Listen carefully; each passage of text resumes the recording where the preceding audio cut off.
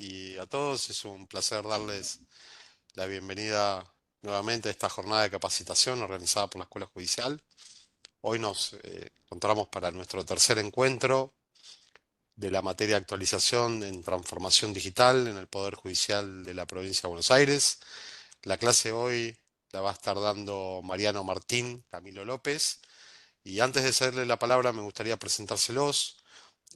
Mariano es abogado, recibido en la Universidad Nacional de La Plata, es especialista en Derecho Administrativo Económico por la Universidad Católica Argentina, es docente de posgrado de la materia Derecho Procesal Administrativo, en la cual aborda temas relativos a la incorporación de herramientas tecnológicas en los procesos judiciales provinciales. Es disertante en diversos cursos y congresos organizados por los colegios de abogados y magistrados de la provincia de Buenos Aires, como así también por el Centro de Formación Judicial de la Ciudad Autónoma de Buenos Aires. Es un placer darle la bienvenida a Mariano, agradecerle a él y al equipo académico por su dedicación. A ustedes, como siempre, le pedimos que aprovechen esta instancia de capacitación y que también puedan participar activamente de la clase escribiendo en el chat o levantando la mano o pidiendo simplemente la palabra. Mariano, buenas tardes, te saludo, un gusto. Buenas tardes, Juan. Muchas gracias por la presentación. Sean muy bienvenidos a este módulo 3 del curso de transformación digital en el Poder Judicial de la provincia de Buenos Aires. Desde ya, primero agradecerles a todo el equipo de la Escuela Judicial que siempre están tan atentos y en todos los detalles. Así que, bueno, muchas gracias a ellos. Y bueno, muchas gracias nuevamente a ustedes también por participar, por haberse interesado en el curso, con unos primeros módulos vinculados a cuestiones tecnológicas, no tan jurídicas, pero que sirven de introducción a cuestiones que tienen que ver con los aspectos relevantes jurídicos del expediente digital que vamos a abordar en este módulo. La verdad que tener dentro del equipo docente a gente tan especializada en cuestiones tecnológicas, informáticas, es importante porque para el léxico, ¿no?, de los abogados, muchas veces uno puede interpretar una norma, pero también, además de interpretar una norma, tiene que conocer los sistemas, ¿no? Y tiene que conocer las diversas circunstancias informáticas, tecnológicas, que se pueden dar en el marco de un expediente digital o en general para cualquier tipo de proceso judicial. Así que en ese sentido, la idea de este curso fue un primer panorama de todas las cuestiones tecnológicas desde el punto de vista genérico, desde el punto de vista específico también vinculado al proceso judicial, y luego otro módulo vinculado a la seguridad informática, que es algo tan trascendente hoy en día. Así que bueno, esperemos que les sea de utilidad todo lo que se desarrolla aquí en este módulo también, ya enfocado directamente a lo que es la praxis jurídica, judicial, de todas las cuestiones tecnológicas y en especial algunos aspectos que vamos a abordar, lo cual voy a someter a debate tanto aquí en la clase como en el foro para aquellos que quieran participar. Aquellos que ya quieren ir mencionando durante el desarrollo de la clase, como siempre digo, por un tema expositivo, pueden ir mencionándolo en el chat. No tengo ningún problema que en algún momento me quieran interrumpir o desmutearse, lo pueden hacer. Y vamos ahora a pasar un PowerPoint para más que nada seguir un hilo de todo lo que sería el programa que está en el campus, presentado hacia ustedes, seguir todo el derrotero del programa y a su vez abordar puntualmente cada eje, cada eje temático en estas 2 horas. La idea también es interactuar en una parte para que no sea todo un monólogo con ustedes. Les voy a mencionar 2 o 3 disparadores para abordar que están vinculados, para ver qué les parece en lo atinente a la incorporación de todo lo que implica las herramientas tecnológicas y cómo el derecho a veces, ¿no?, por la ley de disrupción viene atrás, ¿no?, de la tecnología y siempre regulando en aquellos aspectos en los cuales la tecnología sigue avanzando. Les voy a compartir una pantalla.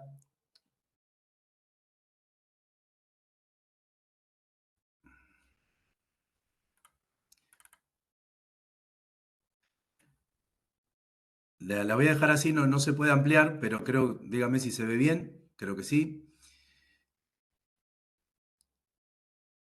¿Se ve bien ahí, Juan? Sí, perfecto. Bueno, perfecto. Bueno, en primer lugar, la idea es, como les decía, abordar todo lo que tiene que ver con los aspectos jurídicos relevantes del expediente digital en la provincia de Buenos Aires. Hubo varios hitos, nos vamos a centrar en alguno de ellos, conforme al programa. Esos hitos están marcados para alcanzar, ¿no?, el anhelo, ¿no?, del expediente completamente digital. Eh, Implicó e implica todavía hoy en día, para lograrlo, varios hitos. Primero, la firma digital, que vamos a abordar en esta clase, las notificaciones y domicilios electrónicos digitales, las presentaciones electrónicas digitales, todo eso también lo vamos a abordar en clase, las resoluciones y sentencias y las demás actuaciones que se dictan desde el lado del juzgado, ¿sí?, en formato digital también, y la existencia de otras modalidades tecnológicas complementarias que son necesarias dentro de un proceso judicial para que todo el expediente sea en formato digital. Por ejemplo,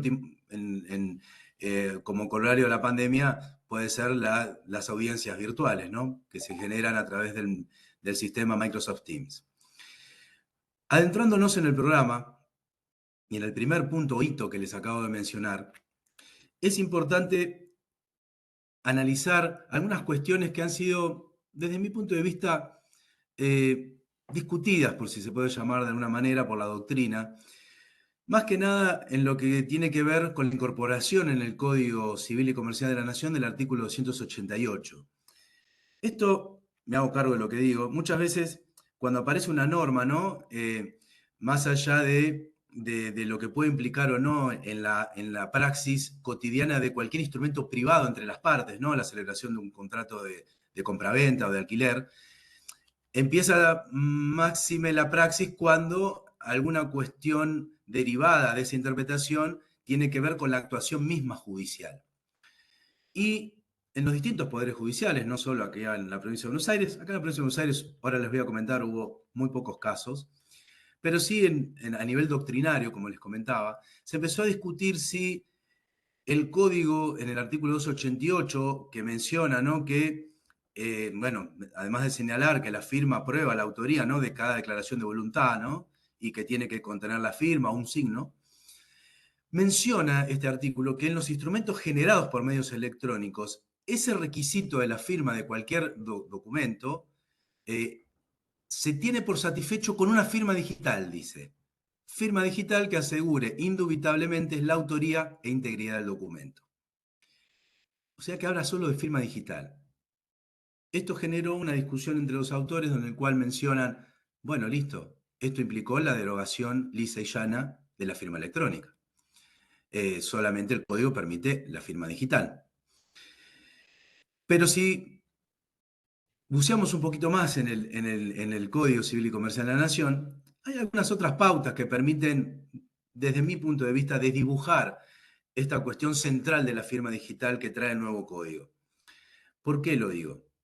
Y ya anticipo que me enrolo en la doctrina que entiende que no el código, el artículo 288 del código no elimina ni la firma electrónica, ni tampoco implica a la postre la derogación de la ley 25.506 de firma digital, en lo atinente a la firma electrónica.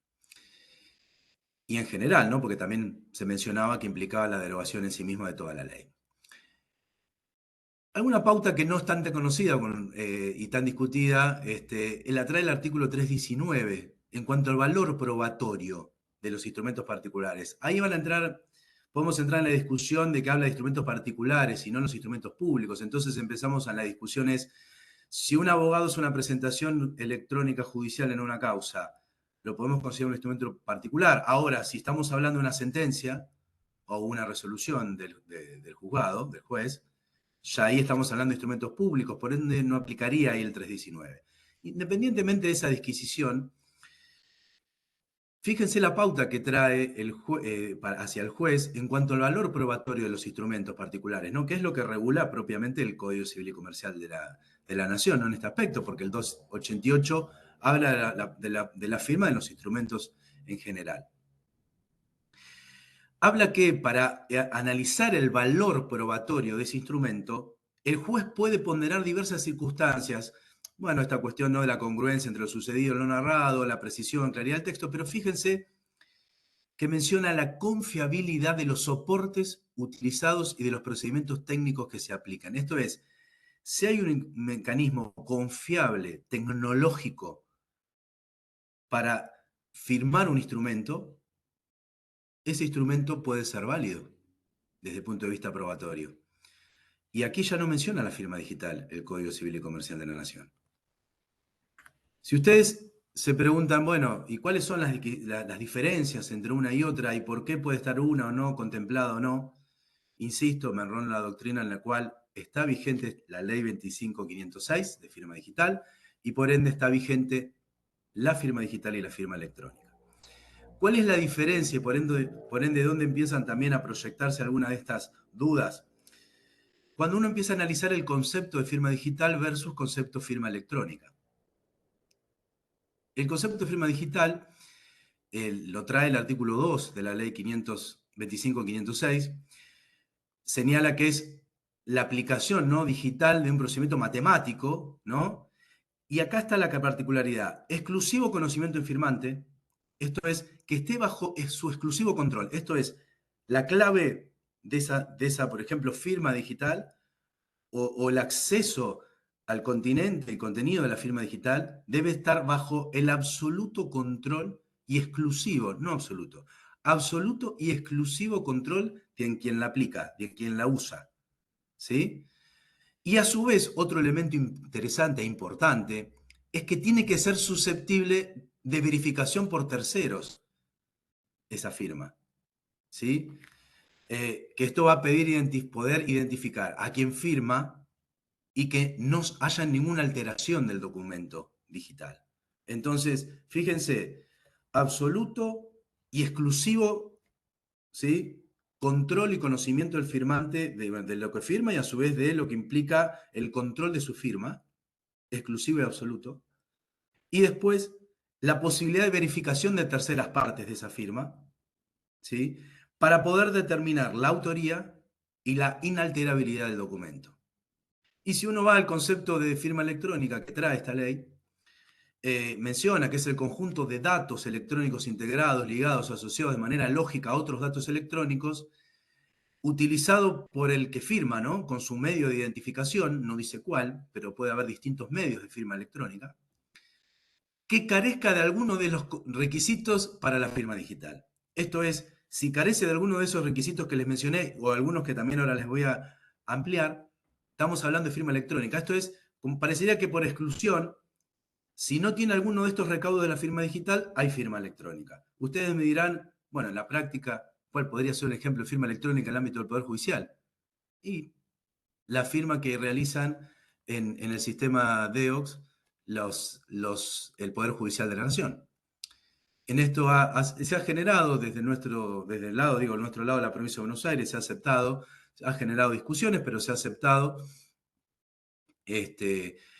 que un juzgado, por ejemplo, federal, solicite un oficio electrónico a un juzgado de provincia. ¿Con cuál inconveniente que tiene la firma electrónica, como les dije, del Poder Judicial de la Nación, que no permite la verificación por terceras partes? ¿Sí? No permite la verificación por terceras partes. Si ustedes reciben, algunos que, no sé si alguno participa,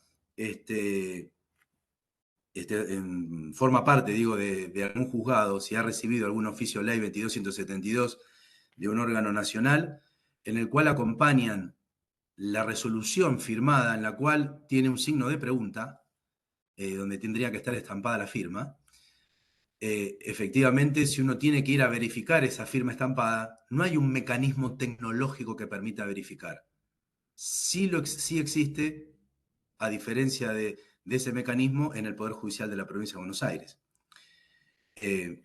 ¿Por qué digo esto? Porque si uno lo que tiene que entender es que si uno establece un procedimiento de actuación de la firma digital o de la firma electrónica y tienen a cargo la firma electrónica, lo que tiene que establecer y poder verificar, ¿sí? Perdón que justo tengo un mosquito en el medio de la clase, Si tiene que verificar la firma si tiene que utilizar la firma electrónica, lo que debe hacer, si quiere transformarlo eso en firma digital, tiene que cumplir varios recaudos, que ahora vamos a analizar. Pero, ¿por qué hablamos de firma electrónica no digital en este caso? Porque justamente no permite la verificación de esa firma por parte de terceros. No hay un mecanismo tecnológico que haya implementado, por ejemplo, la Corte de Nación, para que un usuario tercero que recibe ese instrumento tecnológico, un documento electrónico, firmado en un sistema que es el sistema del Poder Judicial de la Nación, pueda comprobar que efectivamente haya sido firmado por esa persona y no haya sido alterado. En el lado de la Corte de Provincia de Buenos Aires, esto es sin entrar en comparaciones, pero solamente para darle un ejemplo. Cuando un juez, un secretario, firma una providencia, una sentencia, una resolución, un oficio, el sistema de la Corte de la Provincia de Buenos Aires permite identificar al firmante y el contenido del documento de que sea inalterable. Esto, si, por ejemplo, se tiene que tanto enviar vía electrónica ese documento o a su vez cuando se imprime y tiene que poder verificarse en formato papel hacia otro órgano. Eso se hace a través de lo que se denomina, que ustedes deben conocer, el código QR, lo que sería el QR o código de verificación. Esto es, el documento electrónico del Poder Judicial de la Provincia de Buenos Aires permite su impresión para verificarlo, por ejemplo, en soporte papel, que a través de un QR, que puede ser escaneado hasta con un mismo celular, o en un código de verificación que puede ser incorporado ese código en la página de la Corte de Provincia, permite llegar al documento electrónico firmado por el juez. Por lo tanto, se cumpliría ese aspecto que menciona la ley de firma digital.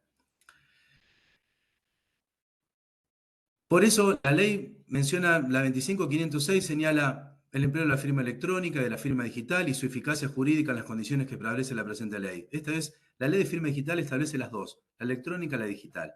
¿Cómo solucionaron a nivel nacional? A nivel de un dictado de una ley que dice que todos los documentos, firmados digital o electrónicamente van a ser válidos en el ámbito del Poder Judicial de la Nación. Lo salvaron con una ley, no hay objeto de discusión en principio, vinculado a las actuaciones judiciales.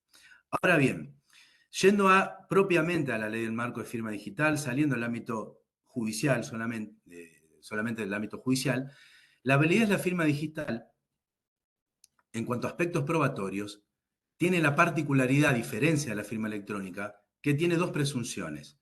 Esto es, si uno firma digitalmente, se presume esa autoría y se presume la integridad del documento, artículos 7 y 8 de la ley de firma digital. Esto es entonces presunción que implica que aquel que desconozca una firma digital debe probarlo, no el que la emite. Ahora bien, esa firma digital es válida si cumple, además de los recaudos que les dije, con estos otros recaudos. Primero, tiene que haber sido creada durante el periodo de vigencia un certificado digital válido del firmante. Como segundo punto, ser debidamente verificada por la referencia a los datos de verificación de firma digital de ese certificado y que dicho certificado haya sido emitido o reconocido por un certificador licenciado. Esto es, traduciéndolo, existen, que esto posiblemente también es propio del área de las anteriores clases, pero para ir repasando algunos conceptos, existen autoridades certificantes de firma digital y autoridades de registro de firma digital. Esto es, la firma digital tiene que provenir a una autoridad certificante, a una autoridad de registro de firma digital, aprobada por el organismo nacional. Y ese certificado que emite tiene que ser válido en el sentido de que tiene que estar vigente. Hay un periodo, 1 o 2, va cambiando la normativa nacional, un periodo de vigencia de esa firma digital, por la cual luego hay que renovarla. Entonces, cuando uno firma digitalmente, tiene que ser con un certificado emitido por una autoridad certificante de registro de firma digital, y a su vez ese certificado tiene que estar vigente, ¿sí? Para que pueda considerarse válida la emisión de esa firma digital. Esos aspectos dentro del Poder Judicial de la Provincia de Buenos Aires lo realizan en forma conjunta la Secretaría de Servicios Jurisdiccionales de la Corte y la Subsecretaría de Tecnología Informática también de la Suprema Corte. ¿Qué implica esto? Es, la Corte de Provincia se constituyó primero en autoridad certificante de firma electrónica y a su vez constituyó a todos los colegios profesionales en autoridad de registro de firma electrónica, y luego, que lo vamos a ver ahora, se migró a ser autoridad de registro de firma digital. Todos los aspectos de vigencia de los certificados, la Corte controla tanto de sus propios empleados, funcionarios y jueces la vigencia de ese certificado. Cuando se está por vencer, les avisa que hay que renovar los certificados. Y a su vez el propio sistema de gestión de la Corte, tanto en el portal de notificaciones y presentaciones electrónicas, que es la que sirve para interactuar con los externos, ¿no? Abogados, organismos externos, así como en los sistemas de gestión interno, Agusta, por ejemplo. Esta verificación que hace el sistema es propiamente de que cuando alguien firme en esos sistemas, esté utilizando este certificado de firma digital y por lo tanto que este certificado esté vigente. Eso se hace a través de un mecanismo tecnológico de verificación con vía Organismo Nacional de Firma Digital. Entonces, fíjese los recaudos que tiene que tener la firma digital. Por ende, si cumple estos recaudos, presunción de autoría, presunción de integridad. Quien lo desconozca, si alguien desconoce que un juez firmó una sentencia, debe probarlo, porque la sentencia del juez hoy cumple con todos los recaudos de una firma digital. A diferencia de la firma electrónica, que en cuanto a los aspectos probatorios, si es desconocida la firma electrónica, corresponde a quien la invoca acreditar su validez. ¿Sí? Esto es, yo firmé electrónicamente, si me la desconocen, tengo que yo probar, ¿sí?, la validez de esa firma. No hay presunción como en firma digital. En el ámbito legislativo, la provincia de Buenos Aires adhirió a esta Ley Nacional de Firma Digital por medio de la Ley 13.666 en el año 2007, y la Corte empezó a regular desde hace mucho, ¿no?, todos los aspectos tecnológicos, pero me voy a quedar con la última parte, que es lo hoy vigente, ¿no? Y vamos a ver que primero reguló la firma electrónica, como les dije, fue primero constituir una autoridad certificante de firma electrónica. Luego el organismo nacional decidió no otorgar autoridad certificante de firma digital, sino autoridad de registro.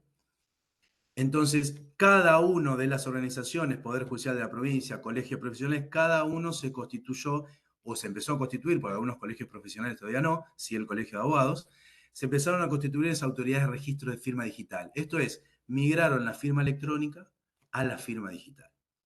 Y en ese marco la Corte creó un comité específico para migrar esta firma electrónica que antes tenían los jueces y funcionarios que firmaban en el expediente digital a una firma digital. Por el acuerdo 3891 del 2018 se fue migrando, se crea el comité y se fue migrando a todos los jueces, secretarios, funcionarios y agentes que firman en el expediente, se fueron migrando a otorgarles firma digital a diferencia de firma electrónica. Y se aprueba un plan, ¿no?, escalonado para el otorgamiento de esa firma digital. Y ahora entro en un punto en el cual, como les decía, me enrolo en esta postura, porque yo entiendo que igual la firma electrónica sigue vigente, como les decía, el 288 para mí no derogó la ley de firma digital, que es una ley también específica en esta temática, no lo reguló ni expresamente ni tampoco entiendo implícitamente, y con la particularidad en la provincia de Buenos Aires, en el Poder Judicial, que la firma electrónica a los fines de los recaudos que les dije era casi una firma digital. ¿Por qué? Porque la firma electrónica que ya tenían los jueces ya implicaba cumplir con todos estos recaudos que les mencioné de la firma digital, porque permitía igual también una verificación de esa firma por parte de terceros, la firma electrónica. Y a su vez cumplía con todos los otros recaudos de un certificado, ¿no?, válido, vigente, digamos, cumplía con todos los recaudos. Pero ¿qué ocurrió? Ocurrió que cuando, bueno, se dicta el nuevo Código Civil y Comercial, se empieza a interpretar el artículo 288, quedó ahí, pero los jueces, cuando se les avisa que se les va a migrar por este comité que les comentábamos, su firma electrónica, firma digital, ahí se empezó a investigar un poquito más todo esto que les acabo de mencionar sucintamente en estos minutos. Es decir, ¿pero cómo? Teníamos, claro, firma electrónica, ahora tenemos firma digital. Pero ¿y cómo electrónica? Si la electrónica no quedó derogada, como les decía en la discusión, no quedó derogada por el 288, Y bueno, no, entonces las presentaciones que hacen los abogados también son con firma electrónica, no son válidas porque está derogado. Entonces, bueno, 4 o 5 cámaras, lo digo por conocimiento, fueron las que plantearon a la provincia de Buenos Aires esta cuestión. En algunos supuestos pudieron declarar la nulidad o algunas cuestiones de alguna actuación judicial o consideraron que no era válido la presentación de un escrito con firma electrónica, para lo cual la Corte se hizo cargo de la cuestión. En el marco de esto que les comento, que no entrando en la disquisición de si es válida o no, pero sí sabiendo de que en realidad no está derogada la ley de firma digital, que la firma electrónica implementada cumplía con todos los recaudos que les acabo de mencionar, estableció, por las dudas, mecanismo que la verdad que tendría que consultar, no creo que no se utilizó porque se terminó la discusión con esta resolución de la Corte, pero esta discusión que les digo, vinculado a 3 o 4 cámaras civiles y comerciales en la provincia que entraron en esta duda, ¿no? Y en algunos fallos aislados empezaron a analizar esta cuestión, la Corte, con el dictado de la resolución 2135 del 18, estableció un procedimiento justamente que les acabo de decir es, si hay firma electrónica, digamos, hay que establecer un procedimiento para comprobar eso. Entonces, la Corte misma estableció un procedimiento previo obligatorio para el caso que se desconozca la firma electrónica que estaba vigente hasta ese momento, que se empezó a migrar a partir del 2018. Con la intervención, como les comenté, de la Secretaría de Servicios Jurisdiccionales, ¿sí? Que va a determinar si tiene certificado válido esa persona que emitió la firma, si está vigente el certificado, y a su vez la Subsecretaría de Tecnología Informática va a determinar que no sufrió ninguna alteración ese documento digital, ¿sí? Entonces, creo que con esto quedó, por lo menos en el ámbito del Poder Judicial, zanjada esta discusión, pero ¿por qué la traje y por qué forman parte del programa? Primero, para además de comentarles esa cuestión, hoy en día sigue estando vigente esa discusión, ahora sí ya en el plano no tecnológico de la utilización del proceso judicial, de la tecnología en el proceso judicial, que es propio de este curso, pero sí lo traje porque esa misma discusión se empieza a dar para ciertas cuestiones de preparación de la vía ejecutiva, ¿no? Principalmente con los títulos ejecutivos, ¿no? Es aquellos firmados que no tienen firma digital, ¿no? Y tienen una firma electrónica, si es necesario, algunos juzgados entienden que si es firma electrónica tienen que preparar la vía ejecutiva, porque aplican el 288, ¿no? Y se empezó a generar esta discusión, no solo en provincias, sino en todo el país, diversos fallos judiciales, principalmente en primera instancia y cámara, no llegó todavía a tratamiento, o por lo menos no hay una decisión judicial a nivel cortes, superiores tribunales provinciales y nacionales, vinculados a esta cuestión de la disquisición, ¿no? Que les acabo de mencionar doctrinaria, pero que puede impactar, como les comentaba, en los documentos privados que se lleven a la vía ejecutiva en un proceso judicial, ¿no? Para lo cual sí es necesario no preparar la vía si hay firma electrónica o firma digital. ¿Hasta acá me siguen? ¿Alguna duda? ¿Alguna consulta? Vuelvo a donde están ustedes. No sé si tienen alguna duda, alguna consulta que me quieran realizar. ¿Alguna duda, consulta que tengan? Por ahora, ¿vienen bien? ¿Se entiende bien? No, ninguna duda. Bueno, perfecto.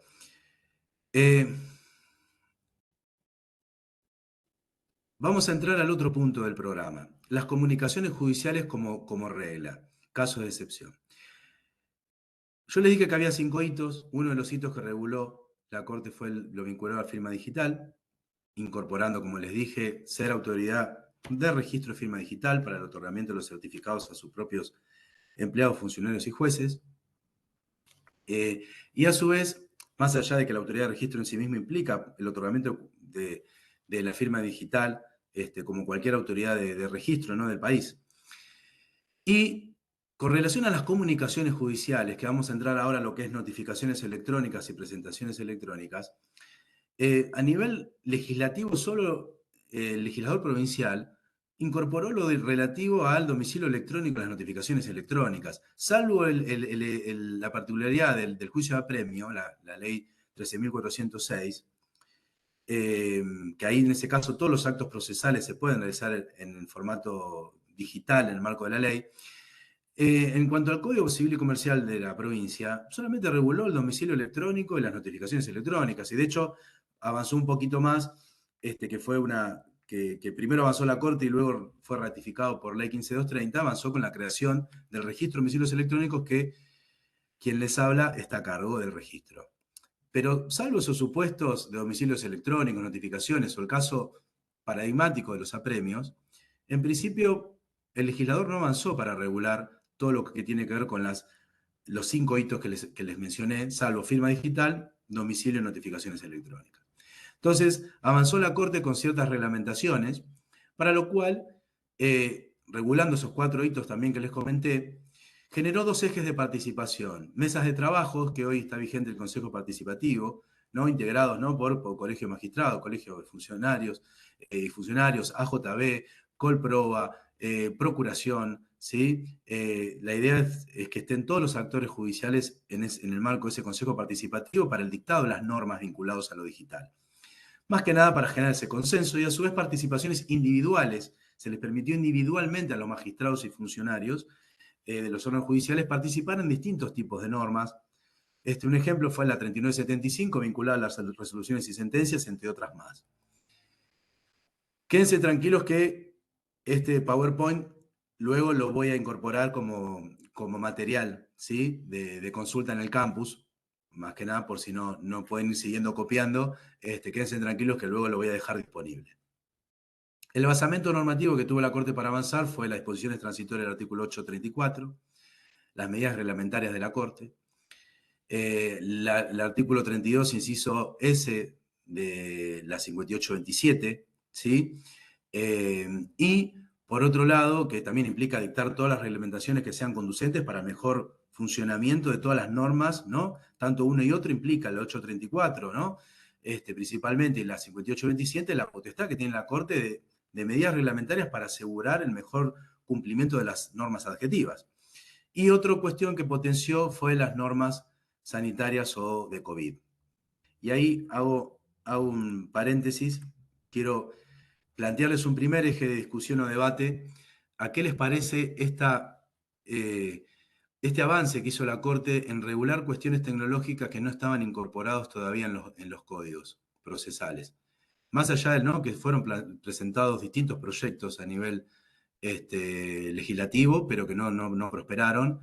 Quería como primer parate consultarles a ustedes qué les parece este avance de la Corte en esa regulación. Dejo de compartir pantalla y los escucho a ustedes. No sé, alguien que quiera hablar, se quiere desmutear.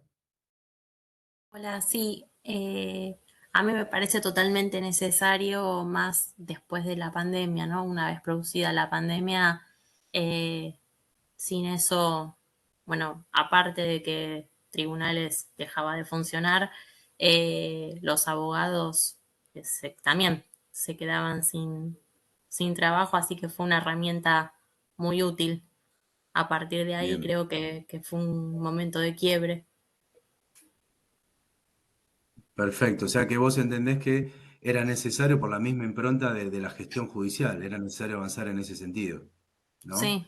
Y vos desde la praxis tuya, ¿dónde trabajás? ¿Dónde estás? ¿Cómo lo viste desde la praxis? ¿O vos sos abogada de matrícula? ¿Trabajás en el Poder Judicial? Sí, yo entré en mayo recién al Poder Judicial, Bien, pero siempre fui abogada independiente, así que fue completamente necesario, lo viví en ese momento, como abogada de la matrícula, así que fue como un empujón la pandemia como para acelerar las cosas.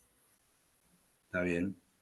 ¿Alguien más que quiera comentar? A ver qué les pareció el avance reglamentario de la Corte en los aspectos tecnológicos. Hola, buenas Muchas gracias, tardes. Julia, por tu aporte. Sí, Hola, buenas tardes. María Sí, me pareció Claudia, perdón. absolutamente imprescindible porque, como decía la colega recién, tribunales iba a quedar paralizado y sin embargo durante la pandemia estuvimos trabajando con teletrabajo a destajo, mucho más que en el horario habitual de 8 a 14. Y era necesario porque continuamente se veían situaciones en las cuales no había solución. Entonces recibíamos resoluciones de la Corte como pan caliente y nos abocábamos al estudio de ellas porque no sabíamos para dónde correr, sinceramente. Y ya yo soy abogado jefe de la Oficina de Mandamientos de Berazategui. Así que bueno, esta Claro. cuestión de firma digital y firma electrónica y los oficios de la ley 2272, sí, para nosotros, bueno, capítulo aparte de lo que estaba diciendo anteriormente, ¿no? Cuando aparece el signito de interrogación que no sabíamos de qué se trataba y no podemos comprobar la legitimidad de la firma. Y con respecto a lo otro, a las resoluciones de la Corte, sí, era necesario porque no sabíamos cómo actuar, no sabíamos si recibir expedientes, si teníamos que imprimir las copias, que sí, que no, había jueces que decían que por ser situaciones urgentes teníamos que imprimirlas, otras que no, solamente las urgentes, después un juez, por ejemplo, un juez de familia decía que teníamos que atender cuestiones urgentes cuando se trataba de cobro de honorarios porque era una cuestión alimentaria del abogado. Entonces, bueno, se daba a diferentes interpretaciones y que nosotros encontrábamos solución en eso, porque más allá de lo que nos indicaba la dirección de mandamientos, también teníamos que estudiar porque no sabíamos qué hacer. Así que si esperábamos a que se modificara el código de procedimiento o alguna otra cosa, no podíamos seguir trabajando. Está bien el comentario. Yo voy juntando todos los comentarios y después hacemos reflexiones. No sé si alguien más quiere hablar, mientras voy aprovechando ¿Qué a tal? sacarme el Buenas saco, tardes a ponerme más, todos. más cómodo. Sí, Yo soy de Pilar, trabajo en el Poder Judicial, trabajo en la Defensoría. Particularmente la realidad es que sí, obviamente sirvió un montón, lógicamente, en caso de pandemia, durante los primeros meses, sobre todo que no se sabía en qué iba a derivar todo, lógicamente esto, el tema del teletrabajo, quizás se implementó ya bastante avanzada la pandemia, en mi caso concreto, ¿no? Pero yo lo que noté después de que en alguna medida se volvió a una cierta normalidad, hoy ya es un 100% la presencialidad que se adoptó. Lo que pude percibir es que quizás en algunos otros colegas hay algún tipo de reticencia a lo que es, ¿no es cierto?, abandonar el edificio, cuando en realidad por ahí la posibilidad de teletrabajo se puede dar lugar a una modalidad híbrida muy interesante, ¿no? Entiendo que claramente hay que hay que proporcionar una guardia en casos donde en fuero familiar, de repente el justiciable tiene limitaciones para poder, ¿no es cierto?, eh, utilizar los medios telemáticos, ¿no? Pero creo que se puede exprimir mucho más lo que es el teletrabajo en algunas dependencias, ¿no es cierto? Pero bueno, obviamente no es una cacería de brujas esto, ¿no? Pero creo que es algo como para poder, ¿no es cierto?, también ajustar. bien, perfecto, Franco. Yo voy anotando todo lo que mencionan, ¿no? ¿Alguien más quiere señalar algo? ¿Alguien más que se quiera desmutear o que quiera, si no se quiere desmutear, mencionar en el chat? Tengo abierto el chat. Si no, me parecen muy interesantes los aportes de cada uno. Ahora, si les parece alguna mención, una devolución por lo menos de mis perspectivas de todo lo que dijeron. ¿Alguien más quiere desmutearse? Si no, bueno, la idea también es interactuar con ustedes porque entiendo, ¿no?, que todo avance de lo que es normativo, más allá, ¿no?, de lo que implica el contenido de la norma, también es cómo esa norma se lleva a la práctica, ¿no? No sé si alguien más de ustedes quiere mencionar. Bueno, si no, empiezo a abordar todo lo que fueron mencionando. En relación a lo que implica desde el lado de los abogados, sí me parece, como mencionaron una de las primeras compañeras que intervino de ustedes, para el lado del abogado, la verdad que fue un avance muy importante en cuanto a la gestión del expediente. Después vamos a entrar en discusiones, ¿no?, que de hecho también las hay, siguen las reuniones. En mi caso, bueno, trabajo en la Secretaría de Planificación de la Suprema Corte, que fue donde emanaron todas estas normas que ustedes mencionan de de la pandemia donde se trabajaron y se presentaron los proyectos hacia los ministros, que fueron quienes diseñaron y tomaron el impulso y tuvieron la decisión política, ¿no? Porque creo que también es eso. Primero que la Corte ya vino avanzando hace más de 10 años con las presentaciones y notificaciones electrónicas con diversos pruebas pilotos, ¿no? Si ustedes ya conocen, ¿no?, de la praxis judicial, se empezó a avanzar de a poco. Entonces la pandemia agarró, si me permiten el término, a la provincia de Buenos Aires, al Poder Judicial, de una manera mucho más preparada que otros poderes judiciales. Lo digo por conocimiento porque y estamos en contacto constante con otras Supremas Cortes provinciales, y de hecho en mi caso también hasta con el propio gobierno de la ciudad de Cava, que como mencionó Juan al principio en su tan amable presentación, también lo discuto con la gente de Ciudad de Cava, ¿no? Que ellos en pandemia tuvieron que directamente salir a la cancha con distintas normas y a su vez capacitando a los empleados en sistemas que muy poco conocimiento tenían hasta ese momento. Eso fue una ventaja, ya de contar con la experiencia de algunos años anteriores. Después, las discusiones que se dan, es cierto, es de quién tiene más carga o no laboral, ¿no? En este aspecto, ¿no?, de la incorporación de las normativas. Pero eso ya es otra discusión que es importante debatir. Si uno va desde el lado de los abogados, no hay duda que ha generado mayor posibilidad lo tecnológico de incorporar todos los escritos y todas las herramientas procesales dentro del proceso desde el punto de vista tecnológico. ¿Sí? También está habilitado las 365 días del año, las 24 horas para hacer presentaciones electrónicas, ¿no?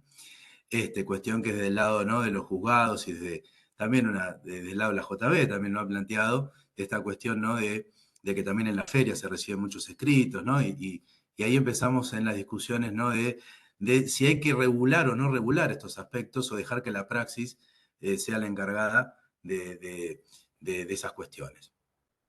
Después está el otro punto que bien mencionaba también Franco, que es la cuestión del teletrabajo.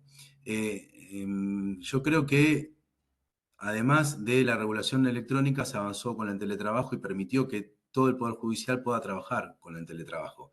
Coincido con vos, como siempre me hago cargo de lo que opino, coincido con vos que para mí se podría haber potenciado más el teletrabajo. Entiendo que en el desarrollo de toda la pandemia, con buen tino, la Corte ha adherido, ¿no?, a lo que es tanto lo que implica, ¿no?, en los organismos nacionales, provinciales, de lo que implica la presencialidad, no presencialidad, ¿no?, cumpliendo con las normas de COVID.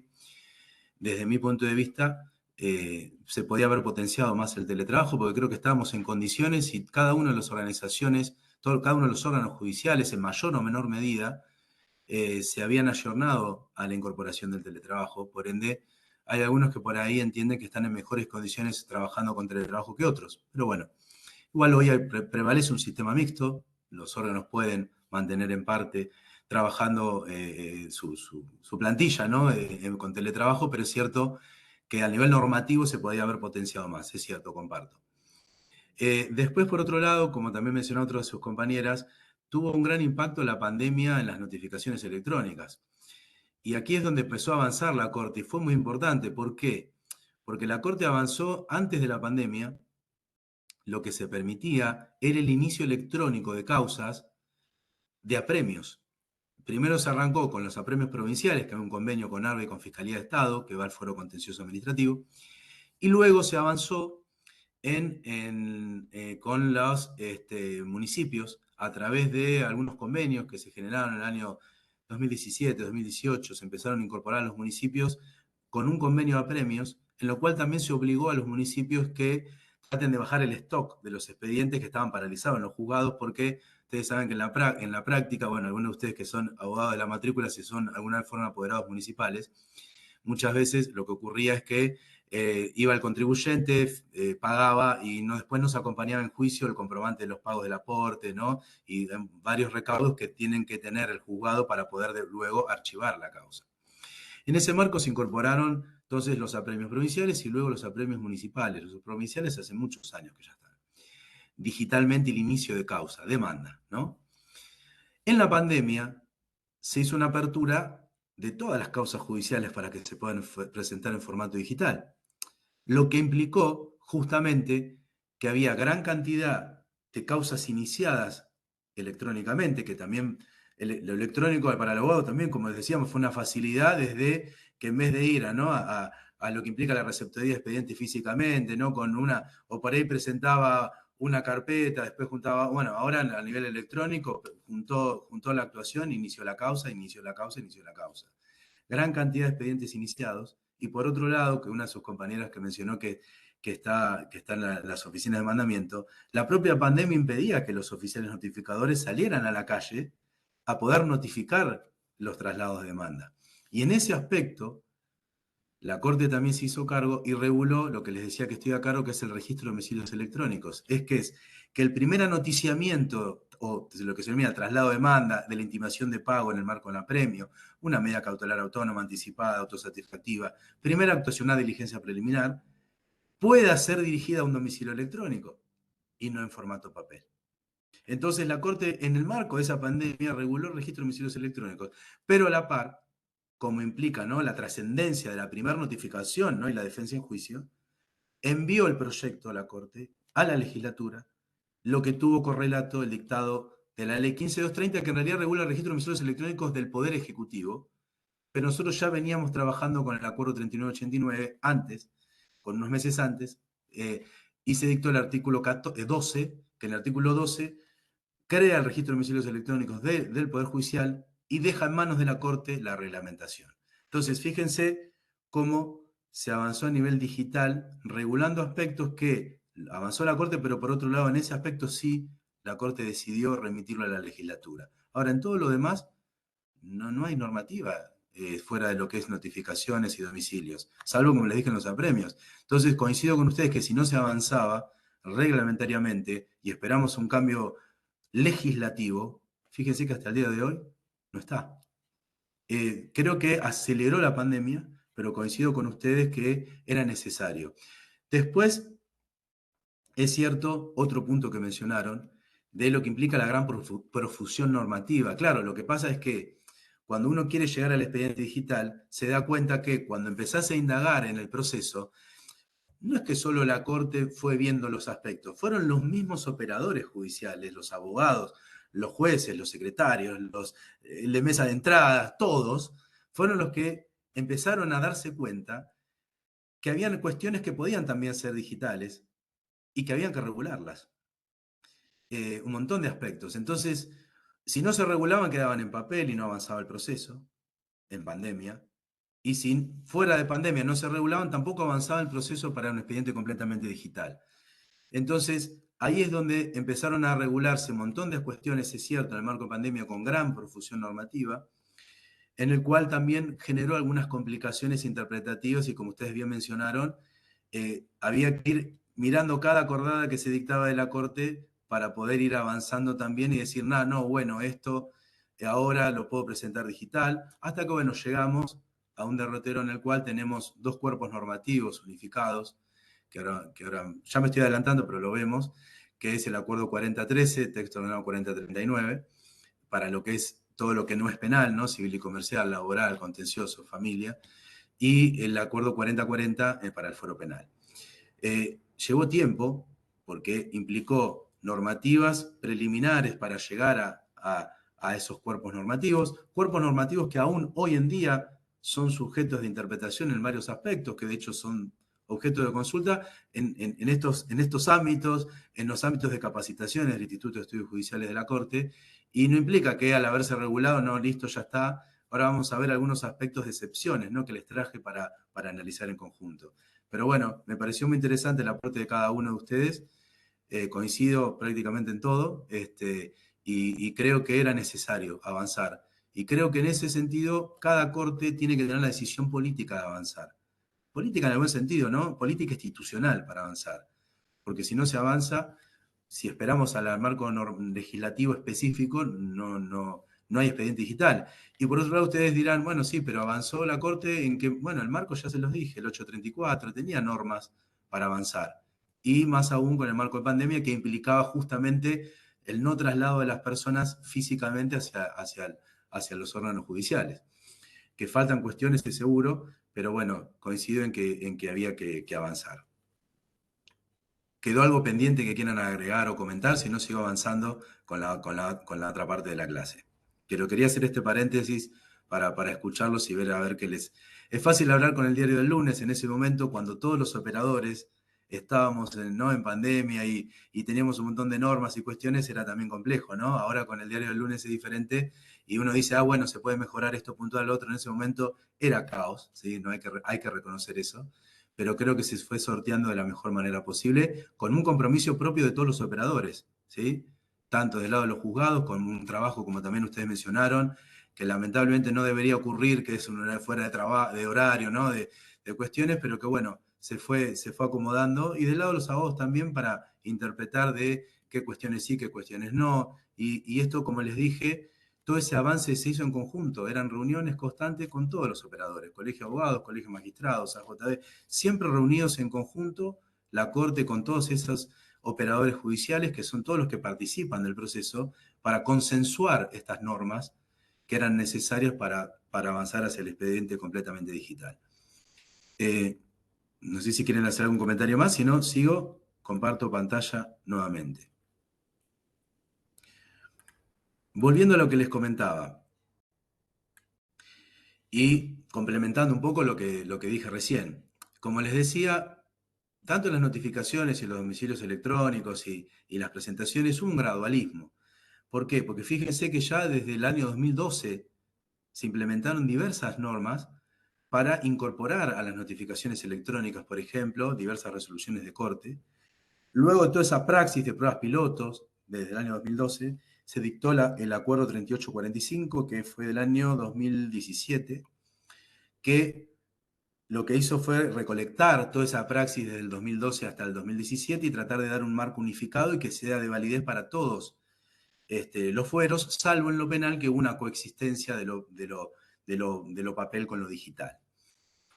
Que recién ahora con la 4040, hace poco tiempo, se pudo avanzar.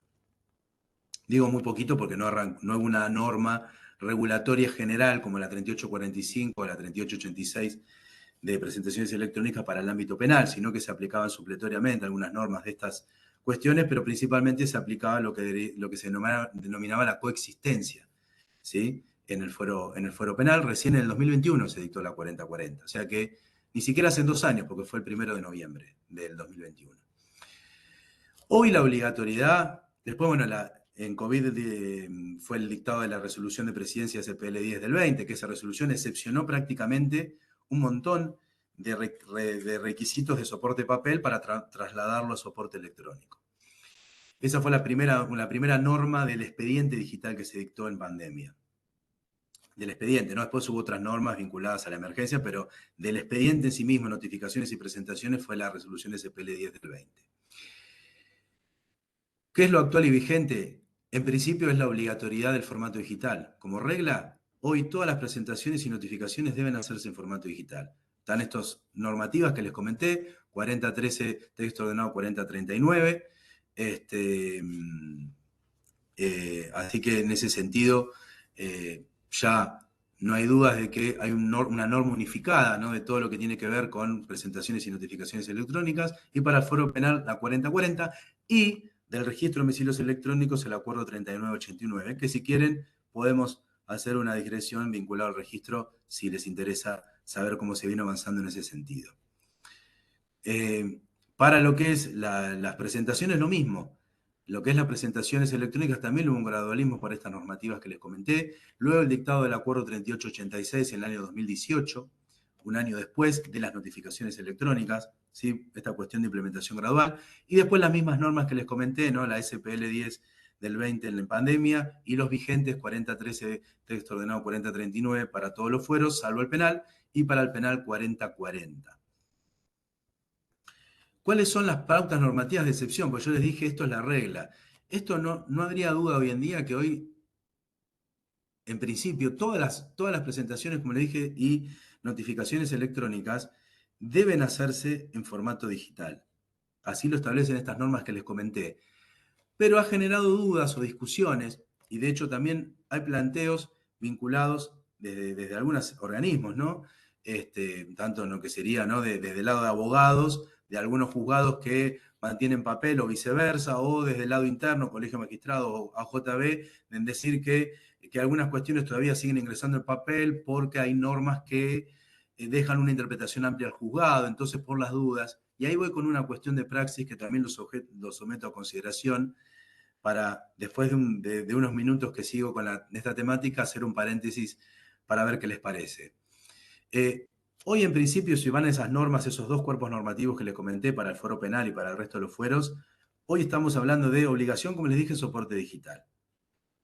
¿Cuáles serían las excepciones al soporte digital? Son pautas que las propias normas que les comenté proveen, en las cuales en algunos casos han generado discusiones, porque por ejemplo el abogado dice, bueno, yo quiero presentar en papel y me lo habilita el acuerdo 4013 que dice en el artículo 3, este escrito no admite demora en su previmiento. Y hay algunos abogados que, por ahí porque no son muy amigables con la tecnología, o porque por ahí hay algún escrito que justo tuvieron alguna cuestión, algún inconveniente, pero sin entrar en cuestionar, ¿no?, por qué lo realizan, señalan esta cuestión, ¿no?, de que a veces cuando no es factible presentarlo en soporte papel o en soporte digital, recurren mucho al soporte papel. Y también se ve mucho en algunos órganos de praxis con relación a determinados organizaciones que tienen firma digital y sin embargo presentan el soporte papel por una cuestión de comodidad, porque está cerca, ¿sí? Esto de alguna manera conspira con la idea del expediente judicial completamente digital. Otra pauta en lo penal, por ejemplo, para las presentaciones, ¿no? Además de los casos puntuales que hay en penal, ¿no?, algunas cuestiones fuera de horario, ¿no?, de habeas corpus que prevé la misma norma. En ese caso, también se utilizan normativas que son amplias de interpretación para el juzgado, para evaluar, por ejemplo, situaciones de urgencia, situaciones graves, que impidan efectuarlos por medios electrónicos, pero también se señala que debe justificarse el por qué se evita el soporte digital. Y en las notificaciones también hay pautas amplias digo interpretativas, no amplias en cuanto que se puedan utilizar excepcionando al soporte digital, sino es que el juzgado tiene que evaluar si no admite demora, como dice el artículo 3, si hay una causa grave que impida en el ámbito penal, por ejemplo, el soporte digital y se puede hacer en papel, si en la notificación electrónica, en lo penal no tanto, porque ustedes saben que, no sé si alguno del ámbito penal, que también el 121 y otras pautas normativas en el código, en el CPP, que permiten algunas cuestiones informales, ¿no?, en cuanto a las notificaciones electrónicas, pero también en el ámbito de la 4013, en lo que no es penal, se habla, que igual esto es aplicable supletoriamente, ¿no?, por la 4040 en el ámbito penal, por la índole o el contenido de la medida adoptada, el estado del proceso u otra razón grave debidamente justificada. Más allá de las disquisiciones que se puedan generar, o que algunos me dirán, bueno, entrando ya al ámbito no propio de mi especialidad de Derecho Administrativo, decir, no, son conceptos jurídicos indeterminados. No, en realidad sí. Todo concepto jurídico indeterminado, y también lo dice la doctrina, tiene que derivar a una única solución posible, ¿no? Esto es, o hay gravedad o no hay gravedad, o hay urgencia o no hay urgencia, y se debe justificar por qué no se puede recurrir a lo tecnológico. Puede ser que hay actuaciones que no puedan realizarse en formato digital.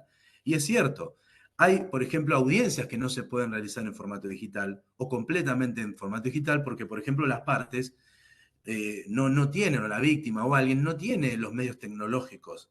Entonces eso es más que justificado. Fuera de algunos casos puntuales, en principio, la norma, el que la regla es el soporte digital.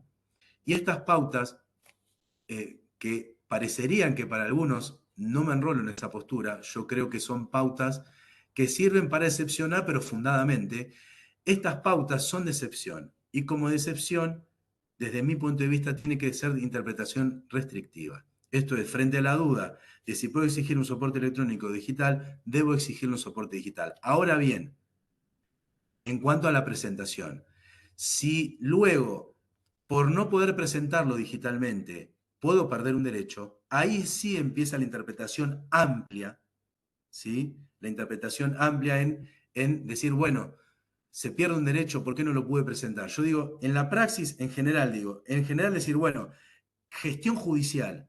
Si yo tengo que gestionar un expediente al lado de ustedes, futuros, ¿no?, jueces, fiscales, ¿no?, que se están presentando en la escuela judicial, si yo tengo que gestionar un expediente, yo tengo que entender que primero tengo que ir a lo digital y exigir lo digital. Y esto son pautas restrictivas, en el sentido de que frente a la duda, digo, bueno, recibo todo en papel o recibo todo digital. No, no, las pautas son claras en que tiene que ser todo digital.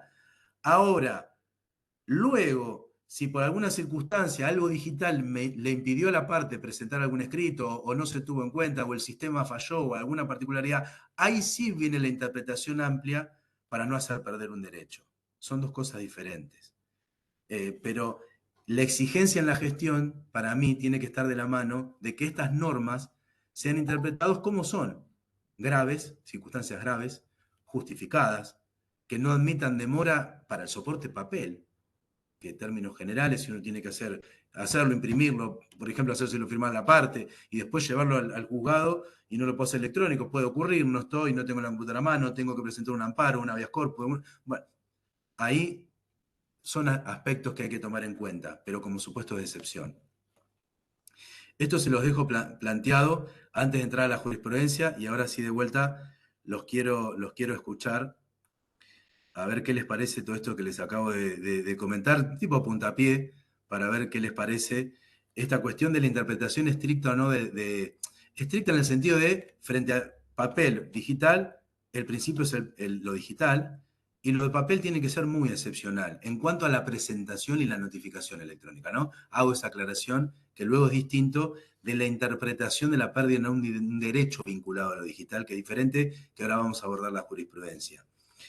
En el chat no veo consultas, no sé si alguno de vuelta se quiere desmutear o quiere mencionar algo, y ya entramos en la última parte, que es la jurisprudencia, que justamente analizó el segundo eje que les estoy comentando, es cuando la tecnología puede generar una pérdida de derecho y cómo interpretar esa incorporación de la tecnología a los fines procesales.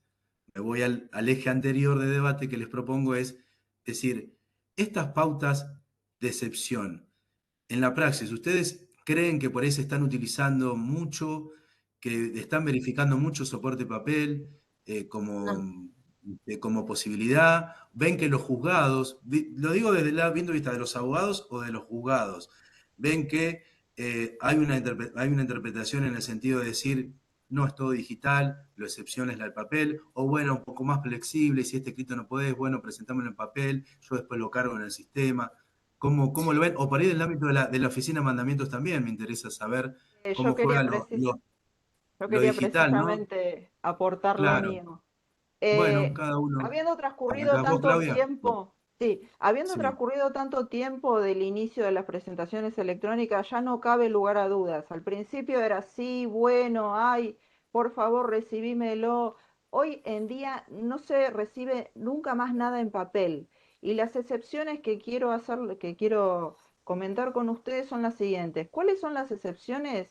Las pertenecientes al Poder Judicial, por loco que parezca, ¿no?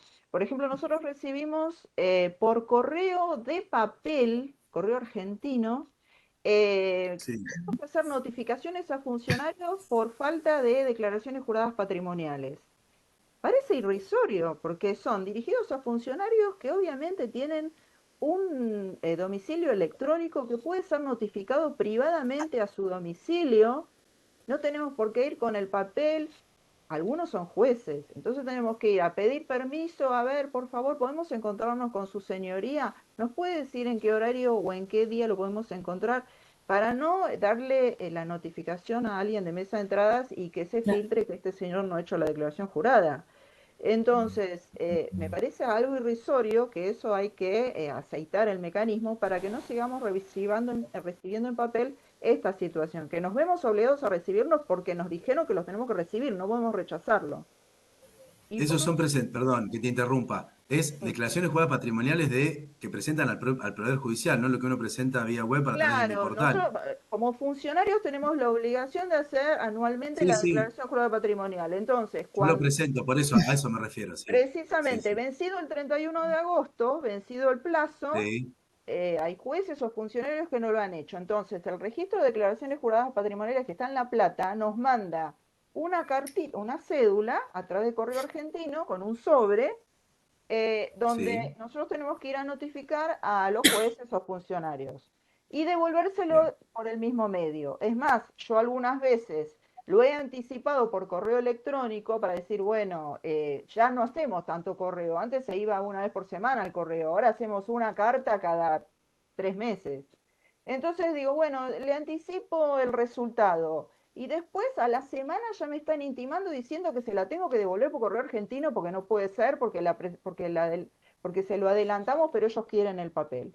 Eso por un lado. Y lo otro que recibimos es el convenio que hay con el Colegio de Abogados de La Plata o de Quilmes o de las departamentales de cuestiones disciplinarias.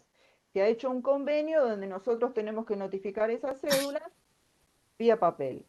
Y otra cosa que recibimos en papel son las cédulas de mediación, que los abogados mediadores tienen la alternativa de notificar por carta documento o a través de nosotros con una cédula. Muchas veces vienen los abogados y dicen, ay, discúlpame, lo que pasa es que mi cliente no quiere pagar la carta documento y entonces tenemos que acudir a ustedes para notificar en forma gratuita. Eso es lo que recibimos bien, solamente en papel. Lo demás, no existe más papel, no existen excepciones para bien, nadie, ya está el mecanismo aceitado después de tanto tiempo que empezaron las notificaciones electrónicas. bien, anoté todo, Bueno, Claudia. gracias. Lo anoté y ahora vamos a hablar de cada tema. Julia, ¿querías hablar? Yo entré a un juzgado que se abrió en el 2021, así que es Sí. completamente digital. Los Ah, abogados perfecto. realmente están totalmente adaptados y felices con que sea todo digital. Está bien. No hay mayores inconvenientes y lo que sí recibimos son contestaciones de oficio en papel que las escaneamos y se suben, o algún Sí. expediente que vino a defectum videndi o a tramitar, y también Perfecto. está la orden de escanearlo, subirlo y, y para que ya quede digitalizado y se devuelve. Pero realmente Bien, o muy sea que colaborativos, la no, práctica, no, bien, sí, sí. bien, Es más, la única contra es que al revés, al ser todo digital, me parece que hay más presión para el momento.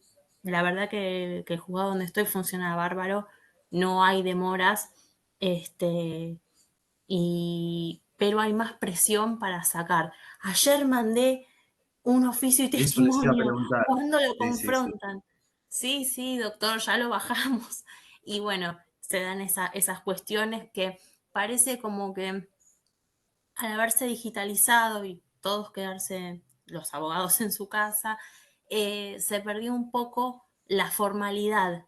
Entonces llaman por teléfono, piden el favor de que, bueno, no sé, hubo una abogada que se libró un oficio, quería volver se había equivocado en unos autorizados, quería que se lo volvamos a librar, pero sin mandar otro escrito. Bueno, esas cosas, digamos que en la práctica parece Está como bien, que se informalizó mucho, y hay que volver, esa sería la contra.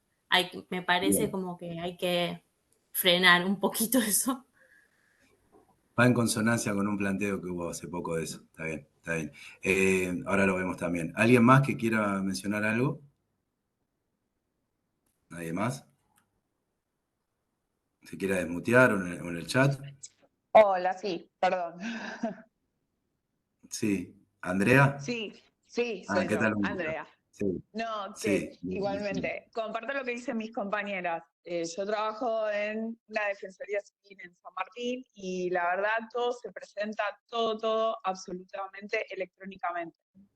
Por ahí Ok, las dificultades que existían en su momento, que son los expedientes de prescripción adquisitiva, que cuando vienen en vista a la defensoría a veces como que los abogados no querían escanear toda la documental, ¿no? Lo que implica una prescripción adquisitiva, toda la prueba, el certificado de dominio, los planos de mensura, pero bueno, el juzgado en su momento lo que hacía los intimaba a un plazo que dependiendo de qué fuera, si de 3 o de 5 días para que presenten toda la documental digitalizada. O bien, Claro. al principio, cuando nosotros empezamos a trabajar con el tema del expediente digital o para iniciar algo, un ejemplo, por ahí iniciamos un divorcio en soporte papel porque no podíamos, todavía no estaba habilitado el ingreso del expediente en forma digital, como podemos hacer hoy vía receptoría, Claro. se presentaba en soporte papel y el juzgado sí ya nos intimaba en un plazo de 5 días a presentar toda la documental digitalizada. Hoy por hoy no estaría sucediendo esto, he visto alguno que otro que sí, que se los intima, pero es muy raro que suceda hoy en día el tema de la intimación a presentar toda la documental reservada. Bien, bien. ¿Alguien más que quiera comentar algo? ¿Alguien más? Si no, empiezo a tomar en cuenta cada uno de lo que mencionaron. Bueno, empiezo por las diversas cuestiones que señaló la primera de sus compañeras. Es cierto que hay algunas cuestiones que quedan en formato papel. Tomo nota de, más que nada tomo nota justo no por esta clase, sino para trasladar al área correspondiente de declaraciones juradas esta inquietud vinculada a que se puede notificar a un domicilio electrónico. Sí, en eso quiero hacer una aclaración. En este caso es una cuestión de cumplimiento, ¿no? Si yo también, bueno, antes del 31 también hice la declaración jurada.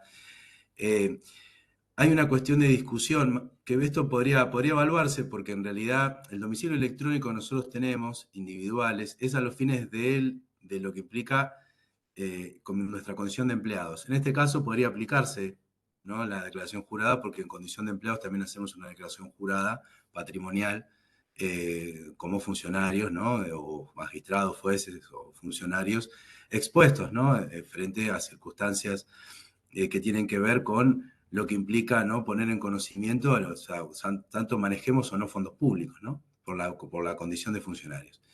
En ese caso, el domicilio electrónico es cierto, cada funcionario, empleado, digamos, que tiene un certificado de firma digital tiene un domicilio electrónico, es cierto. Por lo tanto, aparte presenta esa declaración firmando digitalmente. Por lo tanto, habría que evaluar si en ese caso sí se podría utilizar ese domicilio electrónico, porque es en el marco de la función judicial. Ahora bien, lo que está discutido que ese domicilio electrónico, y ahí entro algo que a ustedes les puede servir, que bueno, ojalá no sé, no les pase, igual es propio de la praxis, que se divorcien o que tengan un accidente de tránsito y ustedes sean demandados. Lo que está discutido, y que de hecho se encuentra en el dictamen de la Corte, es si ese domicilio electrónico, que en realidad la denominación es la misma denominación que el mail oficial, ¿no? En mi caso, lo digo, es mariano.lopez@pjba.gov.ar.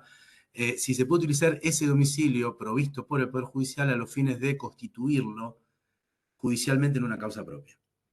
Eso es distinto. Es distinto porque está provisto a los fines de la función ese domicilio y no a los fines de una causa particular. Por lo cual, hoy se solucionó en la praxis, hasta tanto se resuelve a nivel corte, que se les solicita a esos funcionarios que concurran al Colegio de Abogados y el Colegio de Abogados le provee un quill @notificaciones para poder denunciar en un divorcio, en una causa propia, personal. Pero en este otro caso, no veo mal que se pueda plantear, Claudia. Lo noto como si se pueda plantear porque es un tema vinculado a una notificación a un domicilio electrónico en el marco de una declaración jurada patrimonial que se realiza como funcionario. Y además Así por que una cuestión de confidencialidad, porque es sí, una sí, también situación por eso. sensible, Sí, entonces sí, no sí. tenemos por qué andar Sí, sí, tal cual. exponiéndole al Sí, tal personal cual. de su planta que este señor No no cumplió cumplió con con la la declaración declaración. Sí, jurada. perfecto. Entonces, Sí, lo que por habría que eso, más que hacer, nada. sí, lo que habría que hacer es también como los juzgados tienen la obligación de verificar asiduamente, ¿no?, como dice la norma, la 4013, ¿no?, periódicamente las notificaciones, las presentaciones que ingresan, ¿no?, hasta el módulo de presentaciones, y a su vez los abogados tienen que consultar también el portal, las notificaciones. Habría que también poner en conocimiento de todos los magistrados y funcionarios que consulten habitualmente el domicilio electrónico, ¿no? Más allá de que existe un mail de cortesía, ¿no?, para avisar que hay una novedad, puede ser que falle el mail de cortesía, que puede ser que en alguna ocasión falle, pero también de que tenga en cuenta de la habitualidad de esa utilización, principalmente vinculado a estos aspectos que vos mencionabas, puede ser una declaración jurada o algunos otros aspectos, hasta pueden, me imagino, en el marco de un sumario o alguna otra cuestión, puede también utilizarse, ¿no? En ámbitos que tengan que ver con las cuestiones de gobierno y no de lo judicial, ¿no? Así que Sí, por tomo control nota. disciplinario también es una cuestión sensible, entonces no Sí, tenemos que sí, andar por ventilando eso. por ahí cosas que, Sí, que sí, nadie sí, quiere que sí. se sepan. La verdad que lo tomo en cuenta como para plantearlo a las áreas de corte a través de mi jefe, que es el secretario de Planificación, de poder plantearlo a las áreas de corte. Interesante lo que mencionás. Después, vinculado al Colegio de Abogados y los mediadores, tengo algún reparo en lo que mencionás, y en eso te voy a dar una pauta que no todas las oficinas de mandamiento lo experimentaron, algunas sí, otras no. Algunas lo plantearon y vino el planteo en algunos aspectos con respecto al registro de domicilios a través de lo que sería la Dirección de Mandamientos y Notificaciones. ¿Por qué?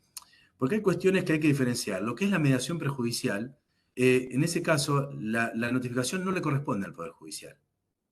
La notificación que tiene que hacer el mediador, y esto les digo porque fue un planteo que hasta el día de hoy nos hicieron del Ministerio de Justicia. Yo estuve reunido con la directora de mediaciones del Ministerio de Justicia hace poco para informarle que íbamos a ampliar el registro de domicilios electrónicos y que íbamos a precisar el artículo 7, que justamente es lo que el mediador debe contemplar en el acta en relación a los domicilios electrónicos judiciales. Esto es, si fracasa la mediación, ¿sí? O se tiene que homologar un acuerdo vía judicial, es el domicilio electrónico judicial que luego hay que constituir en autos.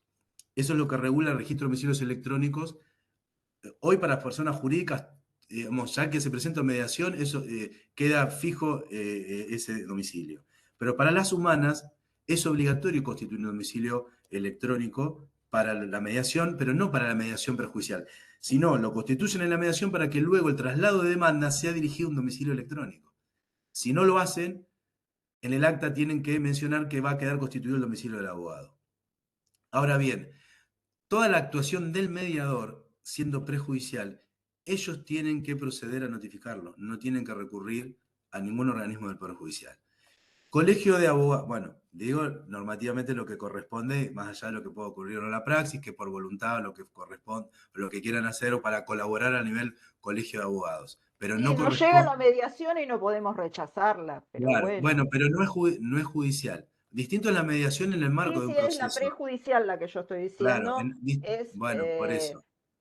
para el caso de que fracase, o sea, se le sortea un juzgado alternativo para el caso de Sí, que fracase esta mediación prejudicial. Entonces viene en papel, si fue positiva, bueno, se llegará a la mediación. Si fracasa, se acudirá al juzgado que se está sorteó. bien. Es así. Bueno, esa notificación prejudicial es pura responsabilidad del mediador y de Bueno, las partes.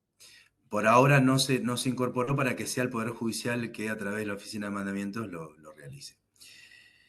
Por ahora, y no sé si se va a hacer, pero bueno, no se hizo lugar al planteo del Ministerio de Justicia justamente por considerarlo prejudicial.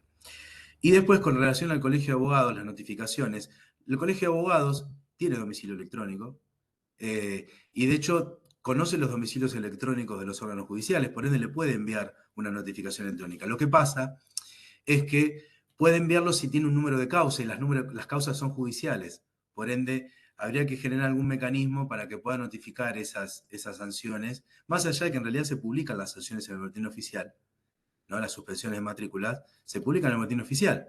Entonces, es cierto que ese tipo de sanciones que notifican, podríamos buscar algún mecanismo para que el Colegio de Abogados lo notifique a un área específica y después se difundan, más allá de que se difunden a través del boletín oficial. No deberían notificarlo en soporte papel, pero bueno, también tomo nota de esa cuestión. Después, vinculado a la más presión para despachar que comentaba Julia, es cierto. ¿Qué pasó? Gran cantidad, como habíamos dicho, de notificaciones y presentaciones electrónicas que tienen los juzgados, y eso implica también que el abogado, al enviar el escrito, por otro lado, reclame que el escrito sea despachado porque ya lo libró. Entonces, ¿qué ocurrió y qué ocurre? Y esto forma parte del planteo, principalmente del lado de los empleados, ¿no? Es que tienen un montón de vías los órganos donde le llegan los reclamos del abogado, ¿no? Antes, y lo digo por experiencia, ¿no? También estuve tanto ejerciendo profesión, después fui apoderado municipal, en todas las ventanillas, ¿no? De un lado y del otro para conocer un poco la praxis, ¿no? 11 años trabajando en un tribunal, en la Cámara Contencioso de La Plata, en el cual vi en la práctica un montón de cuestiones, ¿no? Pero, ¿qué ocurre en la praxis? El abogado antes iba a consultar el expediente y si no estaba despacho, dejaba nota en el libro, ¿no? Hoy, aún estando despacho, el planteo que formulan desde el lado de los órganos, ¿no? Desde el lado de lo que son los empleados, funcionarios, está despacho, igual pueden hacer una presentación. Entonces, por ahí estoy despachando y me ingreso a otra presentación, entonces despaché, tengo que volverla ¿no? a descargarlo del módulo, despacharla de vuelta, porque ya una vez que se firmó digitalmente, ya está. Me hago cargo de lo que digo. Cuando un juez para ir firmar un despacho, no le hacía firmar un despacho, ¿no? O un secretario, téngase presente, si había uno o dos escritos, por ahí, no, pará que me llegó este otro, no, bueno, rompían el papel, ¿no? Se armaba de vuelta el contenido, se agregaba un acápite al escrito tal cosa, téngase presente. Hoy el sistema informático firmaste digitalmente, no hay manera. Entonces, lo digital es cierto lo que dice Julia, por un lado súper beneficioso, pero tiene algunas cuestiones de práctica que en algunos aspectos, si no se regula, no se limita o no, para algunos actores entienden que puede acarrear estas dificultades, ¿no? Superposición de escritos, carriles distintos de comunicación, esto es, llaman por teléfono, o en el marco de la pandemia se habilitó la consulta por la MEB, que le llega un mail al juzgado, entonces por mail del juzgado le terminan preguntando por poco más si lo va a despachar antes de almorzar o no el empleado, ¿no? Que es entendible desde el lado del abogado que quiera tener una respuesta frente a la rapidez en la gestión de su escrito. Pero por otro lado, creo que hay que trabajar, me parece, en capacitaciones y así, a nivel institucional, ¿no?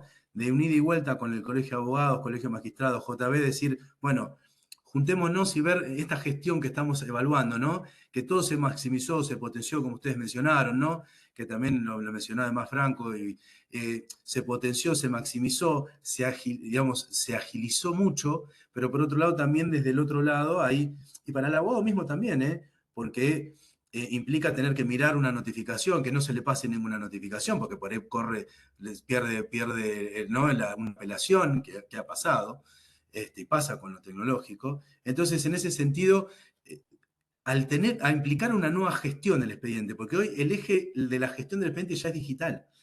Entonces, hay que pensarlo desde lo digital esa gestión y hay que volver a repensar de qué manera uno, desde el abogado, desde el funcionario, el juez, que ustedes como fiscal, juez futuros, que ojalá sean, o aquellos que ya lo son, si van a ser camaristas, que se presenten acá en la escuela, también pensar en ese eje que la gestión cambió del expediente. Como cambio, son otras las problemáticas, son otros los reclamos, y también están trabajando de diferente manera cada uno de los actores u operadores judiciales. Entonces yo creo que esto que planteas está muy bueno, Julia, porque es cierto que la misma vorágine del expediente digital implica, bueno, no me puedo perder una presentación, uy, esta la despaché. Los sistemas de gestión traen sistemas amables, que bueno, lo comentó Gustavo Pérez en la anterior clase, ¿no? Hay mecanismos tecnológicos para poder facilitar agendamientos, montones que traen los sistemas de gestión para no perder un escrito, a su vez el abogado, ¿no? Los filtros en el portal para ver por fechas, lo procesado, no procesado. Bueno, hay mecanismos tecnológicos, pero sí es cierto que implica otro tipo de gestión, otro tipo de reclamos que creo que hay que abordar. Por eso comparto lo que decís, Julia, vinculado a que hay otros requerimientos propios, creo, de la vorágine. Y bueno, habría que repensar algunas cuestiones de normativas, tal vez, o alguna cuestión de gestión, o todo junto, que es la verdad que puede ocurrir. Y Andrea, con relación a la prescripción adquisitiva y otros aspectos, es cierto, bueno, la verdad que celebro también tanto lo que mencionan ustedes de esta cuestión de que como excepción es muy poco lo que hay. Por ahí se da mucho más en el ámbito penal, creo yo, lo papel. Y algunos aspectos en familia, ¿no? Que todavía hay algunas cuestiones que han quedado. más allá de que se está avanzando, ¿no? Desde el registro, por ejemplo, domicilios electrónicos, ya le creamos domicilios a cerca de 900 comisarías, de las 1.200 más o menos que hay, ya 900 tienen un domicilio electrónico.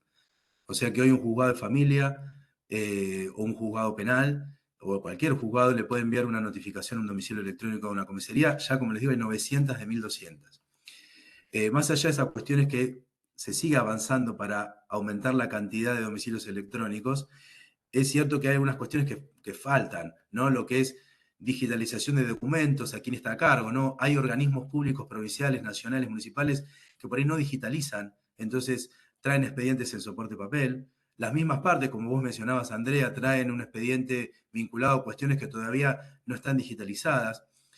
Entonces hay que avanzar también, que se está avanzando con los organismos públicos del Poder Ejecutivo en ese sentido, para tratar de digitalizar la mayor cantidad de las actuaciones.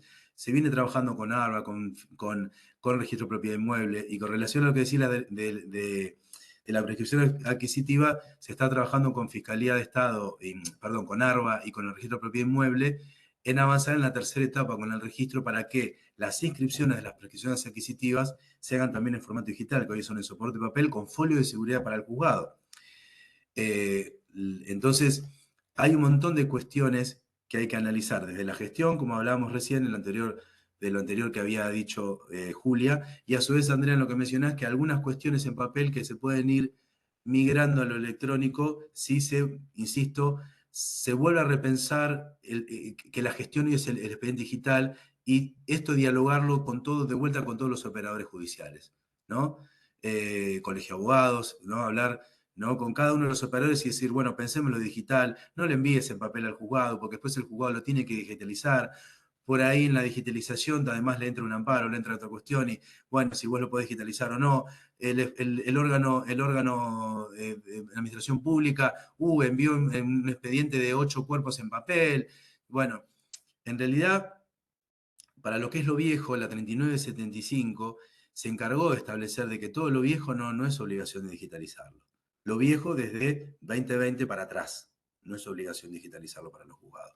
Si lo posterior, lo que ha cambiado es quién está a cargo, ¿no?, de la digitalización, que en principio la idea fue que el propio abogado se quede con los documentos en papel como custodio, pero hay algunos documentos que se envían de oficios u otras cuestiones que han quedado soporte de papel, que ahora es lo que se está tratando de seguir incorporando en formato digital. Hoy un ejemplo, que se celebró un convenio y pusimos en funcionamiento los oficios, los exhortos con casillería, por ejemplo, para darles otro ejemplo de lo papel que se mira a lo digital.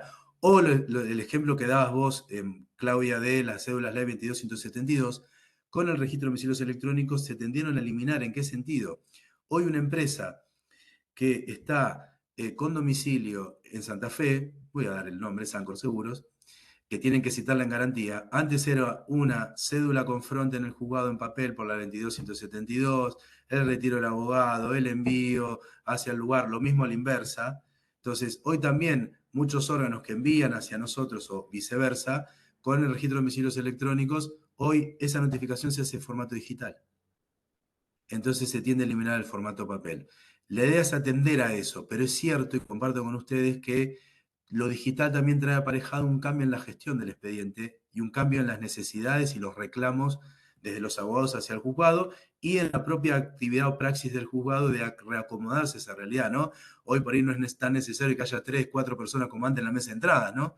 Y esas personas pueden estar bajando las presentaciones en el módulo, ¿no? Entonces, todo ese cambio de gestión es lo que, ahora que, como mencionaban nuestros compañeros, ya terminó todo digamos, la vorágine y ya se pudo ir acomodando normativamente todo, faltaría ese aspecto que ustedes dicen de mejorar la gestión más que nada para que trabajen bien desde el lado no solo los abogados, sino también desde el propio órgano judicial, ¿no? Que es el que tiene que llevar el día a día, ¿no?, en los vencimientos y toda la mecánica del proceso judicial, ¿no?, en cuanto a los plazos. Así que bueno, comparto todo lo que dicen, tomo nota de algunas cuestiones que Perdón, a tener quisiera en hacer cuenta. una consulta, ya que Sí. estoy con el titular de los registros de los domicilios electrónicos.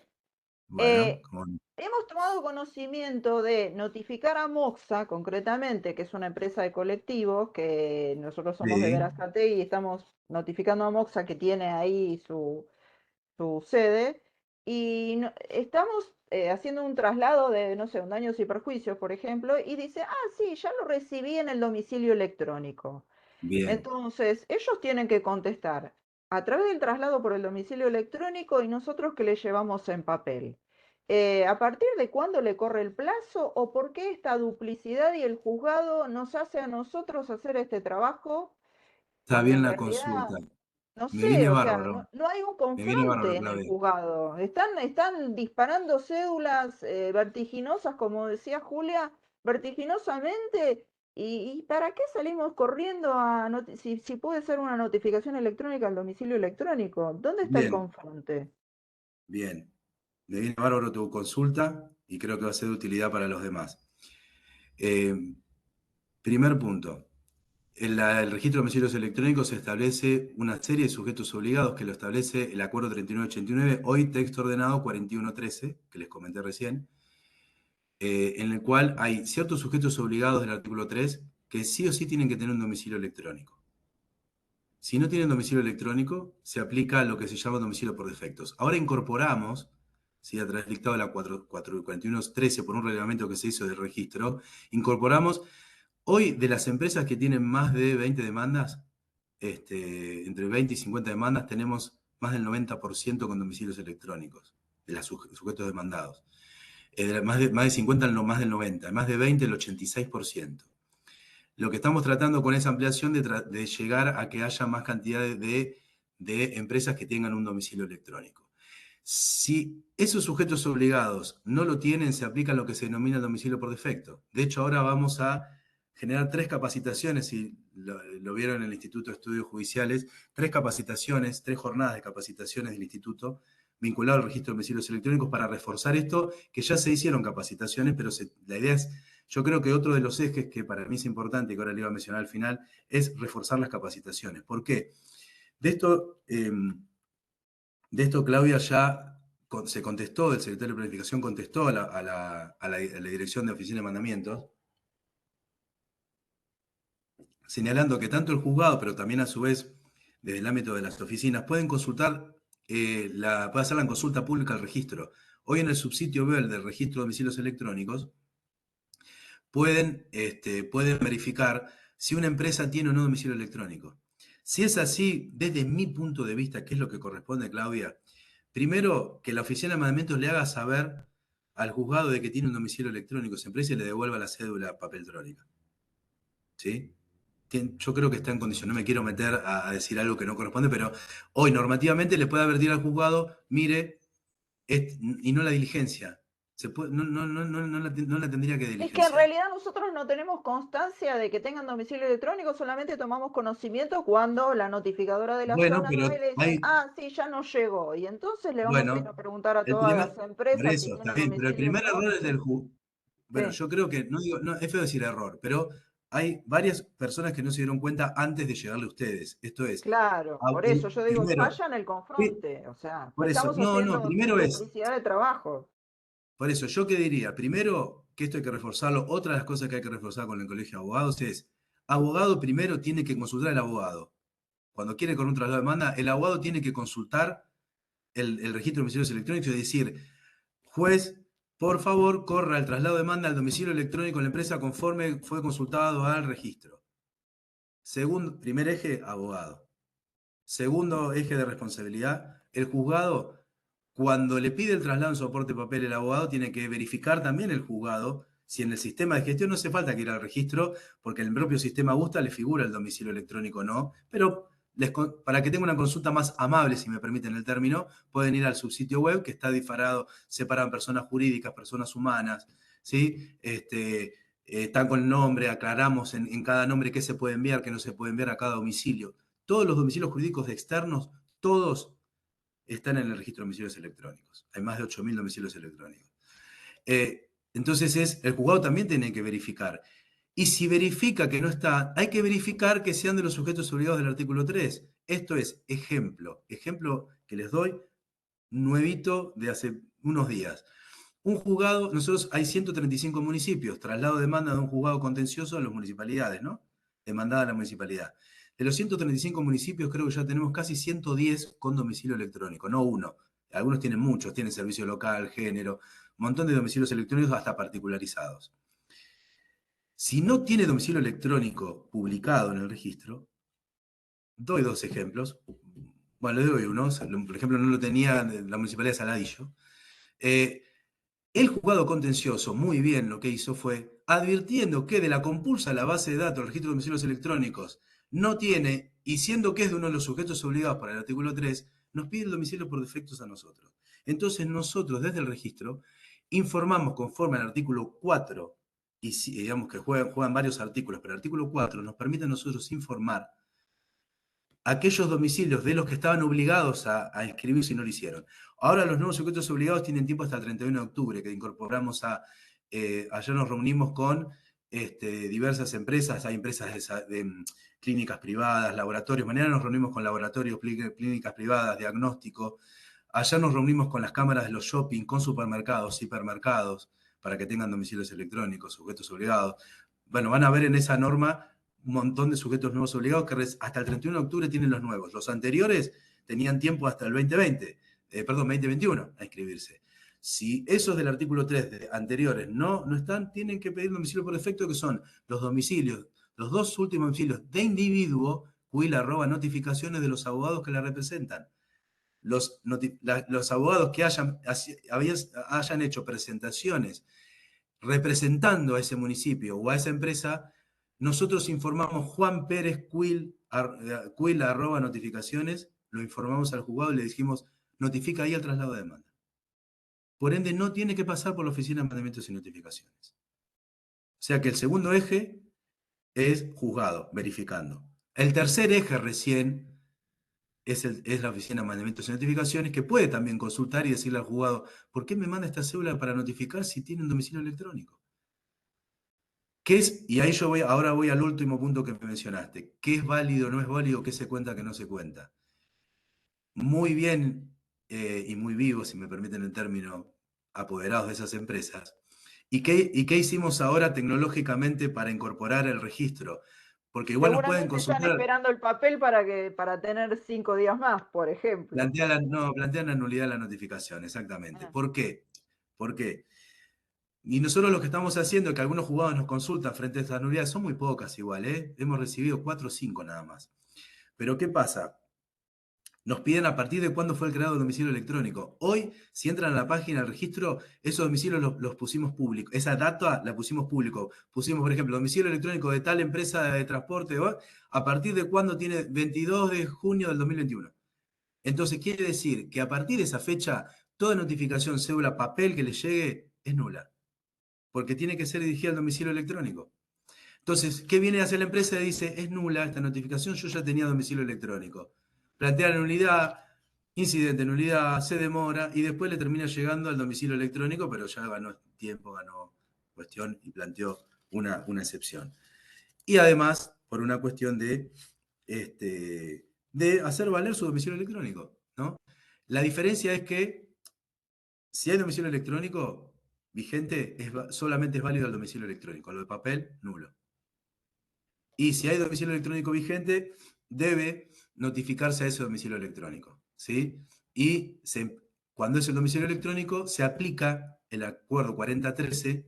Para el 4040 penal es al momento de que está disponible, ¿no? De la disponibilidad. En el 4013, si los restantes fueros, es al día siguiente de nota, salvo que haya urgencia. Esto es un amparo, habilitación de días y horas, al día siguiente de nota. Por ende, esa empresa recibe la notificación electrónica hoy es martes, ya es día de nota, recién se entiende notificada el viernes. Por ende, le empieza a correr el plazo el lunes. Por ende, las empresas que se quejaban de que no se querían incorporar, no, que a mí me llega el papel, entonces me tarda más tiempo, tienen el changüí, si me permiten, de la notificación electrónica que, a diferencia del papel, el papel le llega hoy, él empieza a correr al día siguiente. Al ser digital, cuando es el domicilio electrónico, se aplica el día de nota previsto en el acuerdo 4013. ¿Sí? Así que bueno, me viene bárbara esta consulta como para avanzar en ese punto. Si me permiten, termino con la jurisprudencia, algunas proyecciones y dejamos algún minutito más. Simplemente les menciono todo esto, se los voy a dejar, pero para el otro eje que les comenté, esto es, bueno, primer eje es, en principio, esto es restrictivo. ¿En qué sentido? Es todo electrónico, salvo algunas excepciones graves o fundadas en soporte de papel. Ahora bien, toda esta incorporación tecnológica que hizo la Corte implicó también, por otro lado, y ahora comparto pantalla para el PowerPoint, y pueden ver la filmina, implicó, por otro lado, que la Corte se haga cargo desde otro lugar. Esto es, yo les dije, la Corte tuvo la decisión, para mí la decisión correcta de avanzar, y coincido con ustedes también, avanzar desde el punto de vista reglamentario, pero por otro lado se hizo cargo que lo tecnológico en algunos casos puede generar alguna particularidad o conflicto en algún supuesto que pueda generar alguna pérdida de derecho, en alguna presentación o en algo que no se tuvo en cuenta. El primer fallo de lo electrónico, hay más, fue en el 2017 Carneval, en el cual ya la Corte fue precisando, no ya este principio que les digo, pero sí ya fue precisando esta cuestión de lo electrónico, ¿no? En el caso de Carnevale, ¿qué pasó? En ese momento un abogado había hecho un escrito digital que hoy, tanto si es de mero trámite o mero trámite, es electrónico. Antes, si es de mero trámite y lo firma solo el abogado, podía ser electrónico.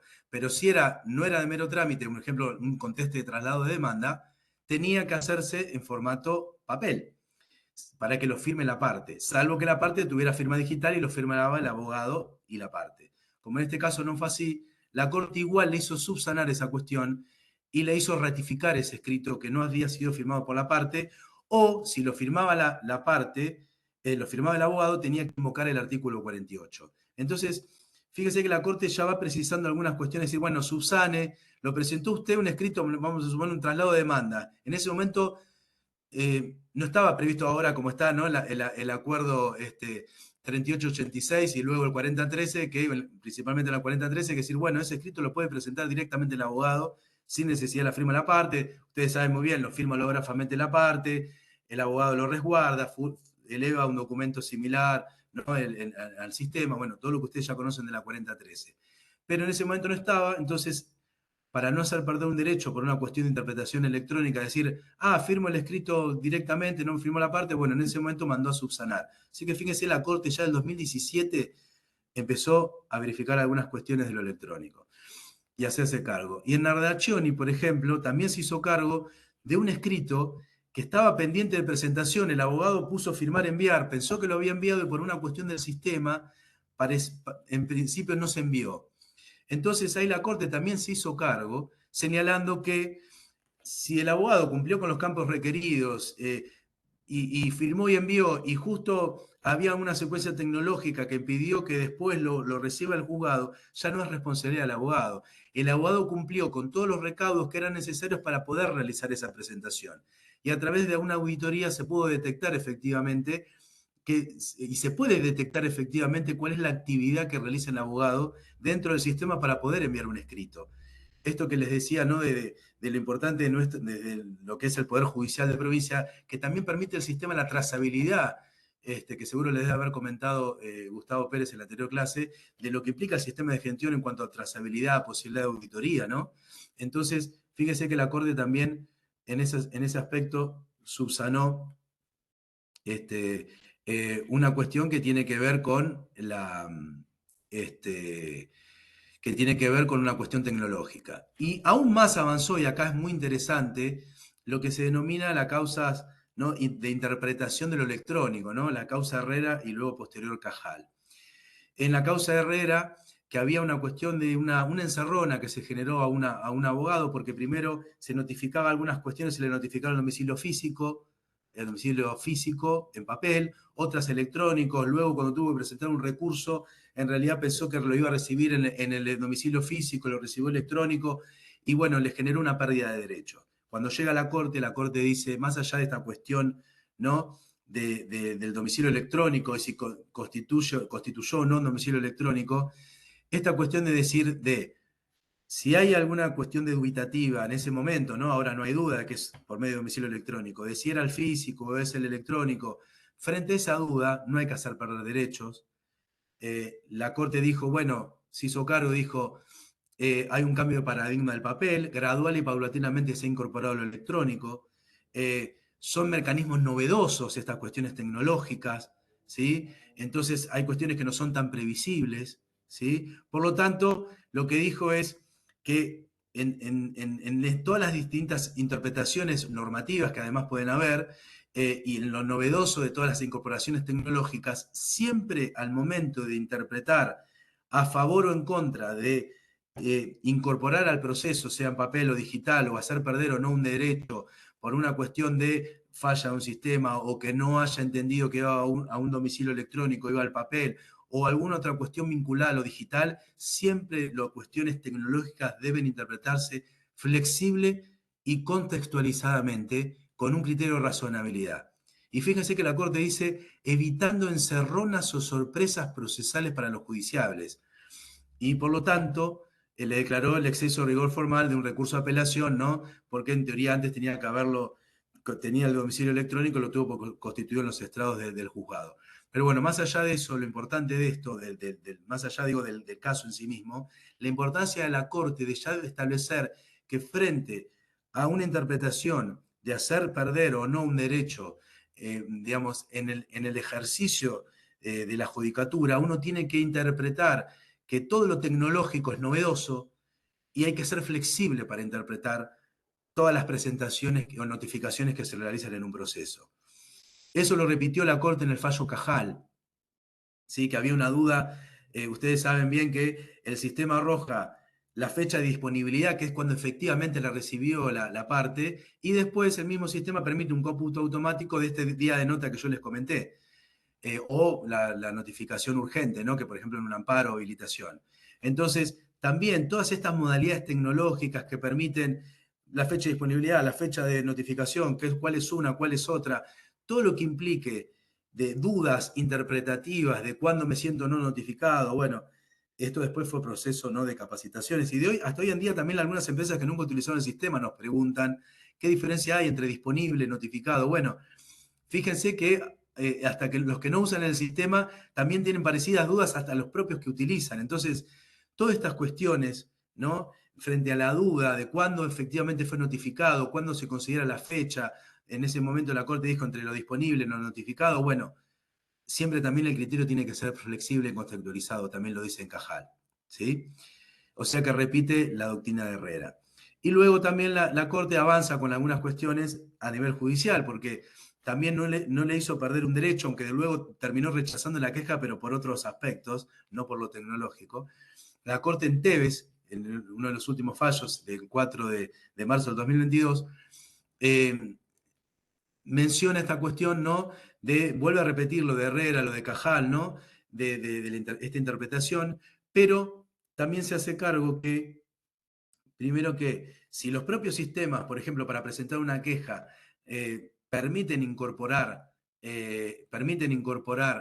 toda la documentación, pero puede estar en el sistema de gestión o en la MEB, o en las dos cosas, en realidad lo que está en el sistema de gestión y es público-privado, después está en la MEB, si el juzgado tiene todas las herramientas que se necesitan para, o en este caso la Corte, para resolver, o la Cámara, resolver una queja, si están en el sistema de gestión, ¿para qué requerirle a la parte que lo acompañe copias como lo pide el Código Procesal? Y ahí volvemos a lo que les comentábamos antes, ¿no? Código Procesal quedó en esos puntos vetustos, ¿no? Si me permiten el término, porque habla de acompañar copias para poder presentar una queja.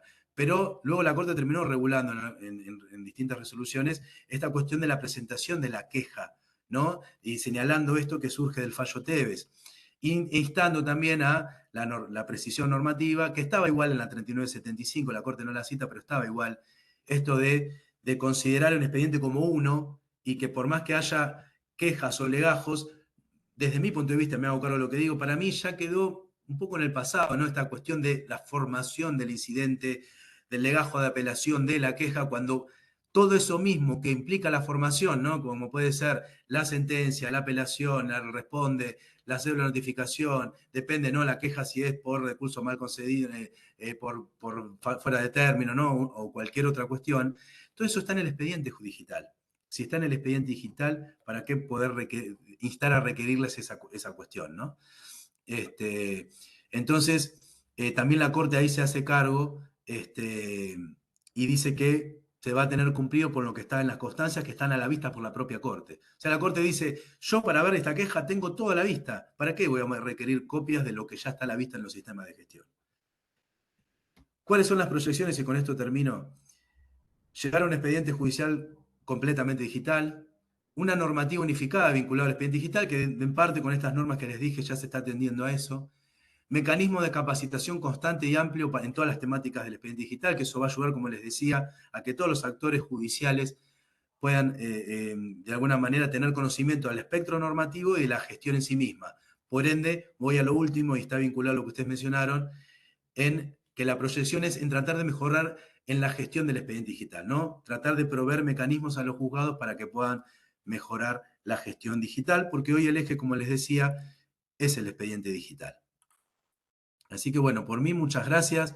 Si quieren hacer algún comentario, espero haber sido claro, didáctico, que esa es la idea también, con gente que ya está en la profesión, en los juzgados, en las oficinas, y desde mi lado, el granito de arena para tratar de traerles estas temáticas en este curso y que les haya sido, espero, interesantes. La clase que viene también va a estar muy buena, que es de seguridad en información, así que se las recomiendo. Y bueno, no sé, quedo sujeto a unos minutitos, 4 o 5 minutitos que queda duda, consulta, si no me despido y agradeciéndoles nuevamente a la Escuela Judicial por este espacio y también por todo el soporte técnico de siempre que tan amablemente nos provee. ¿Alguna duda, consulta, algo más que quieran agregar? Por mi parte doy por concluida mi charla, pero quedo sujeto a alguna consulta más. No, ¿Ninguna más? Bueno, les agradezco. Gracias a la Escuela Judicial nuevamente, gracias a todos ustedes. Un placer haber compartido. Y si les parece, yo después, en el transcurso de hoy o al más tardar mañana, paso a PDF esta presentación, la subo como material para que ustedes la tengan. Y voy a generar un foro de debate con más que nada como resumen de lo que estuvimos viendo, por si ustedes también quieren plasmar todo lo que mencionaron, algunas de ustedes que participaron mucho, si quieren también plasmarlo en el foro, bienvenido. Para aquellos que no pudieron participar de la clase, estaría bueno también generar en el foro algunas cuestiones ¿no? De la gestión, de lo que queda en papel, de todo lo que la idea mía es plantear, y ya les adelanto en el foro, qué cuestiones ¿no? Vinculadas a normativamente o en cuanto a la gestión del expediente entienden ustedes que faltarían mejorar o encaminar en esta etapa del tránsito del expediente completamente digital. ¿Sí? Ya les adelanté lo del foro y queda toda esta semana para hacer el debate, entre hoy y mañana lo subo, y lo que quieran volver a plantear, bienvenido sea, y generamos por lo menos más que nada para interacción entre ustedes. Bueno, muchas gracias. Bueno, muchas gracias. Adiós. Gracias. Gracias. Damos por chao. concluida la clase. Gracias. Hasta luego. Gracias a la Escuela Judicial.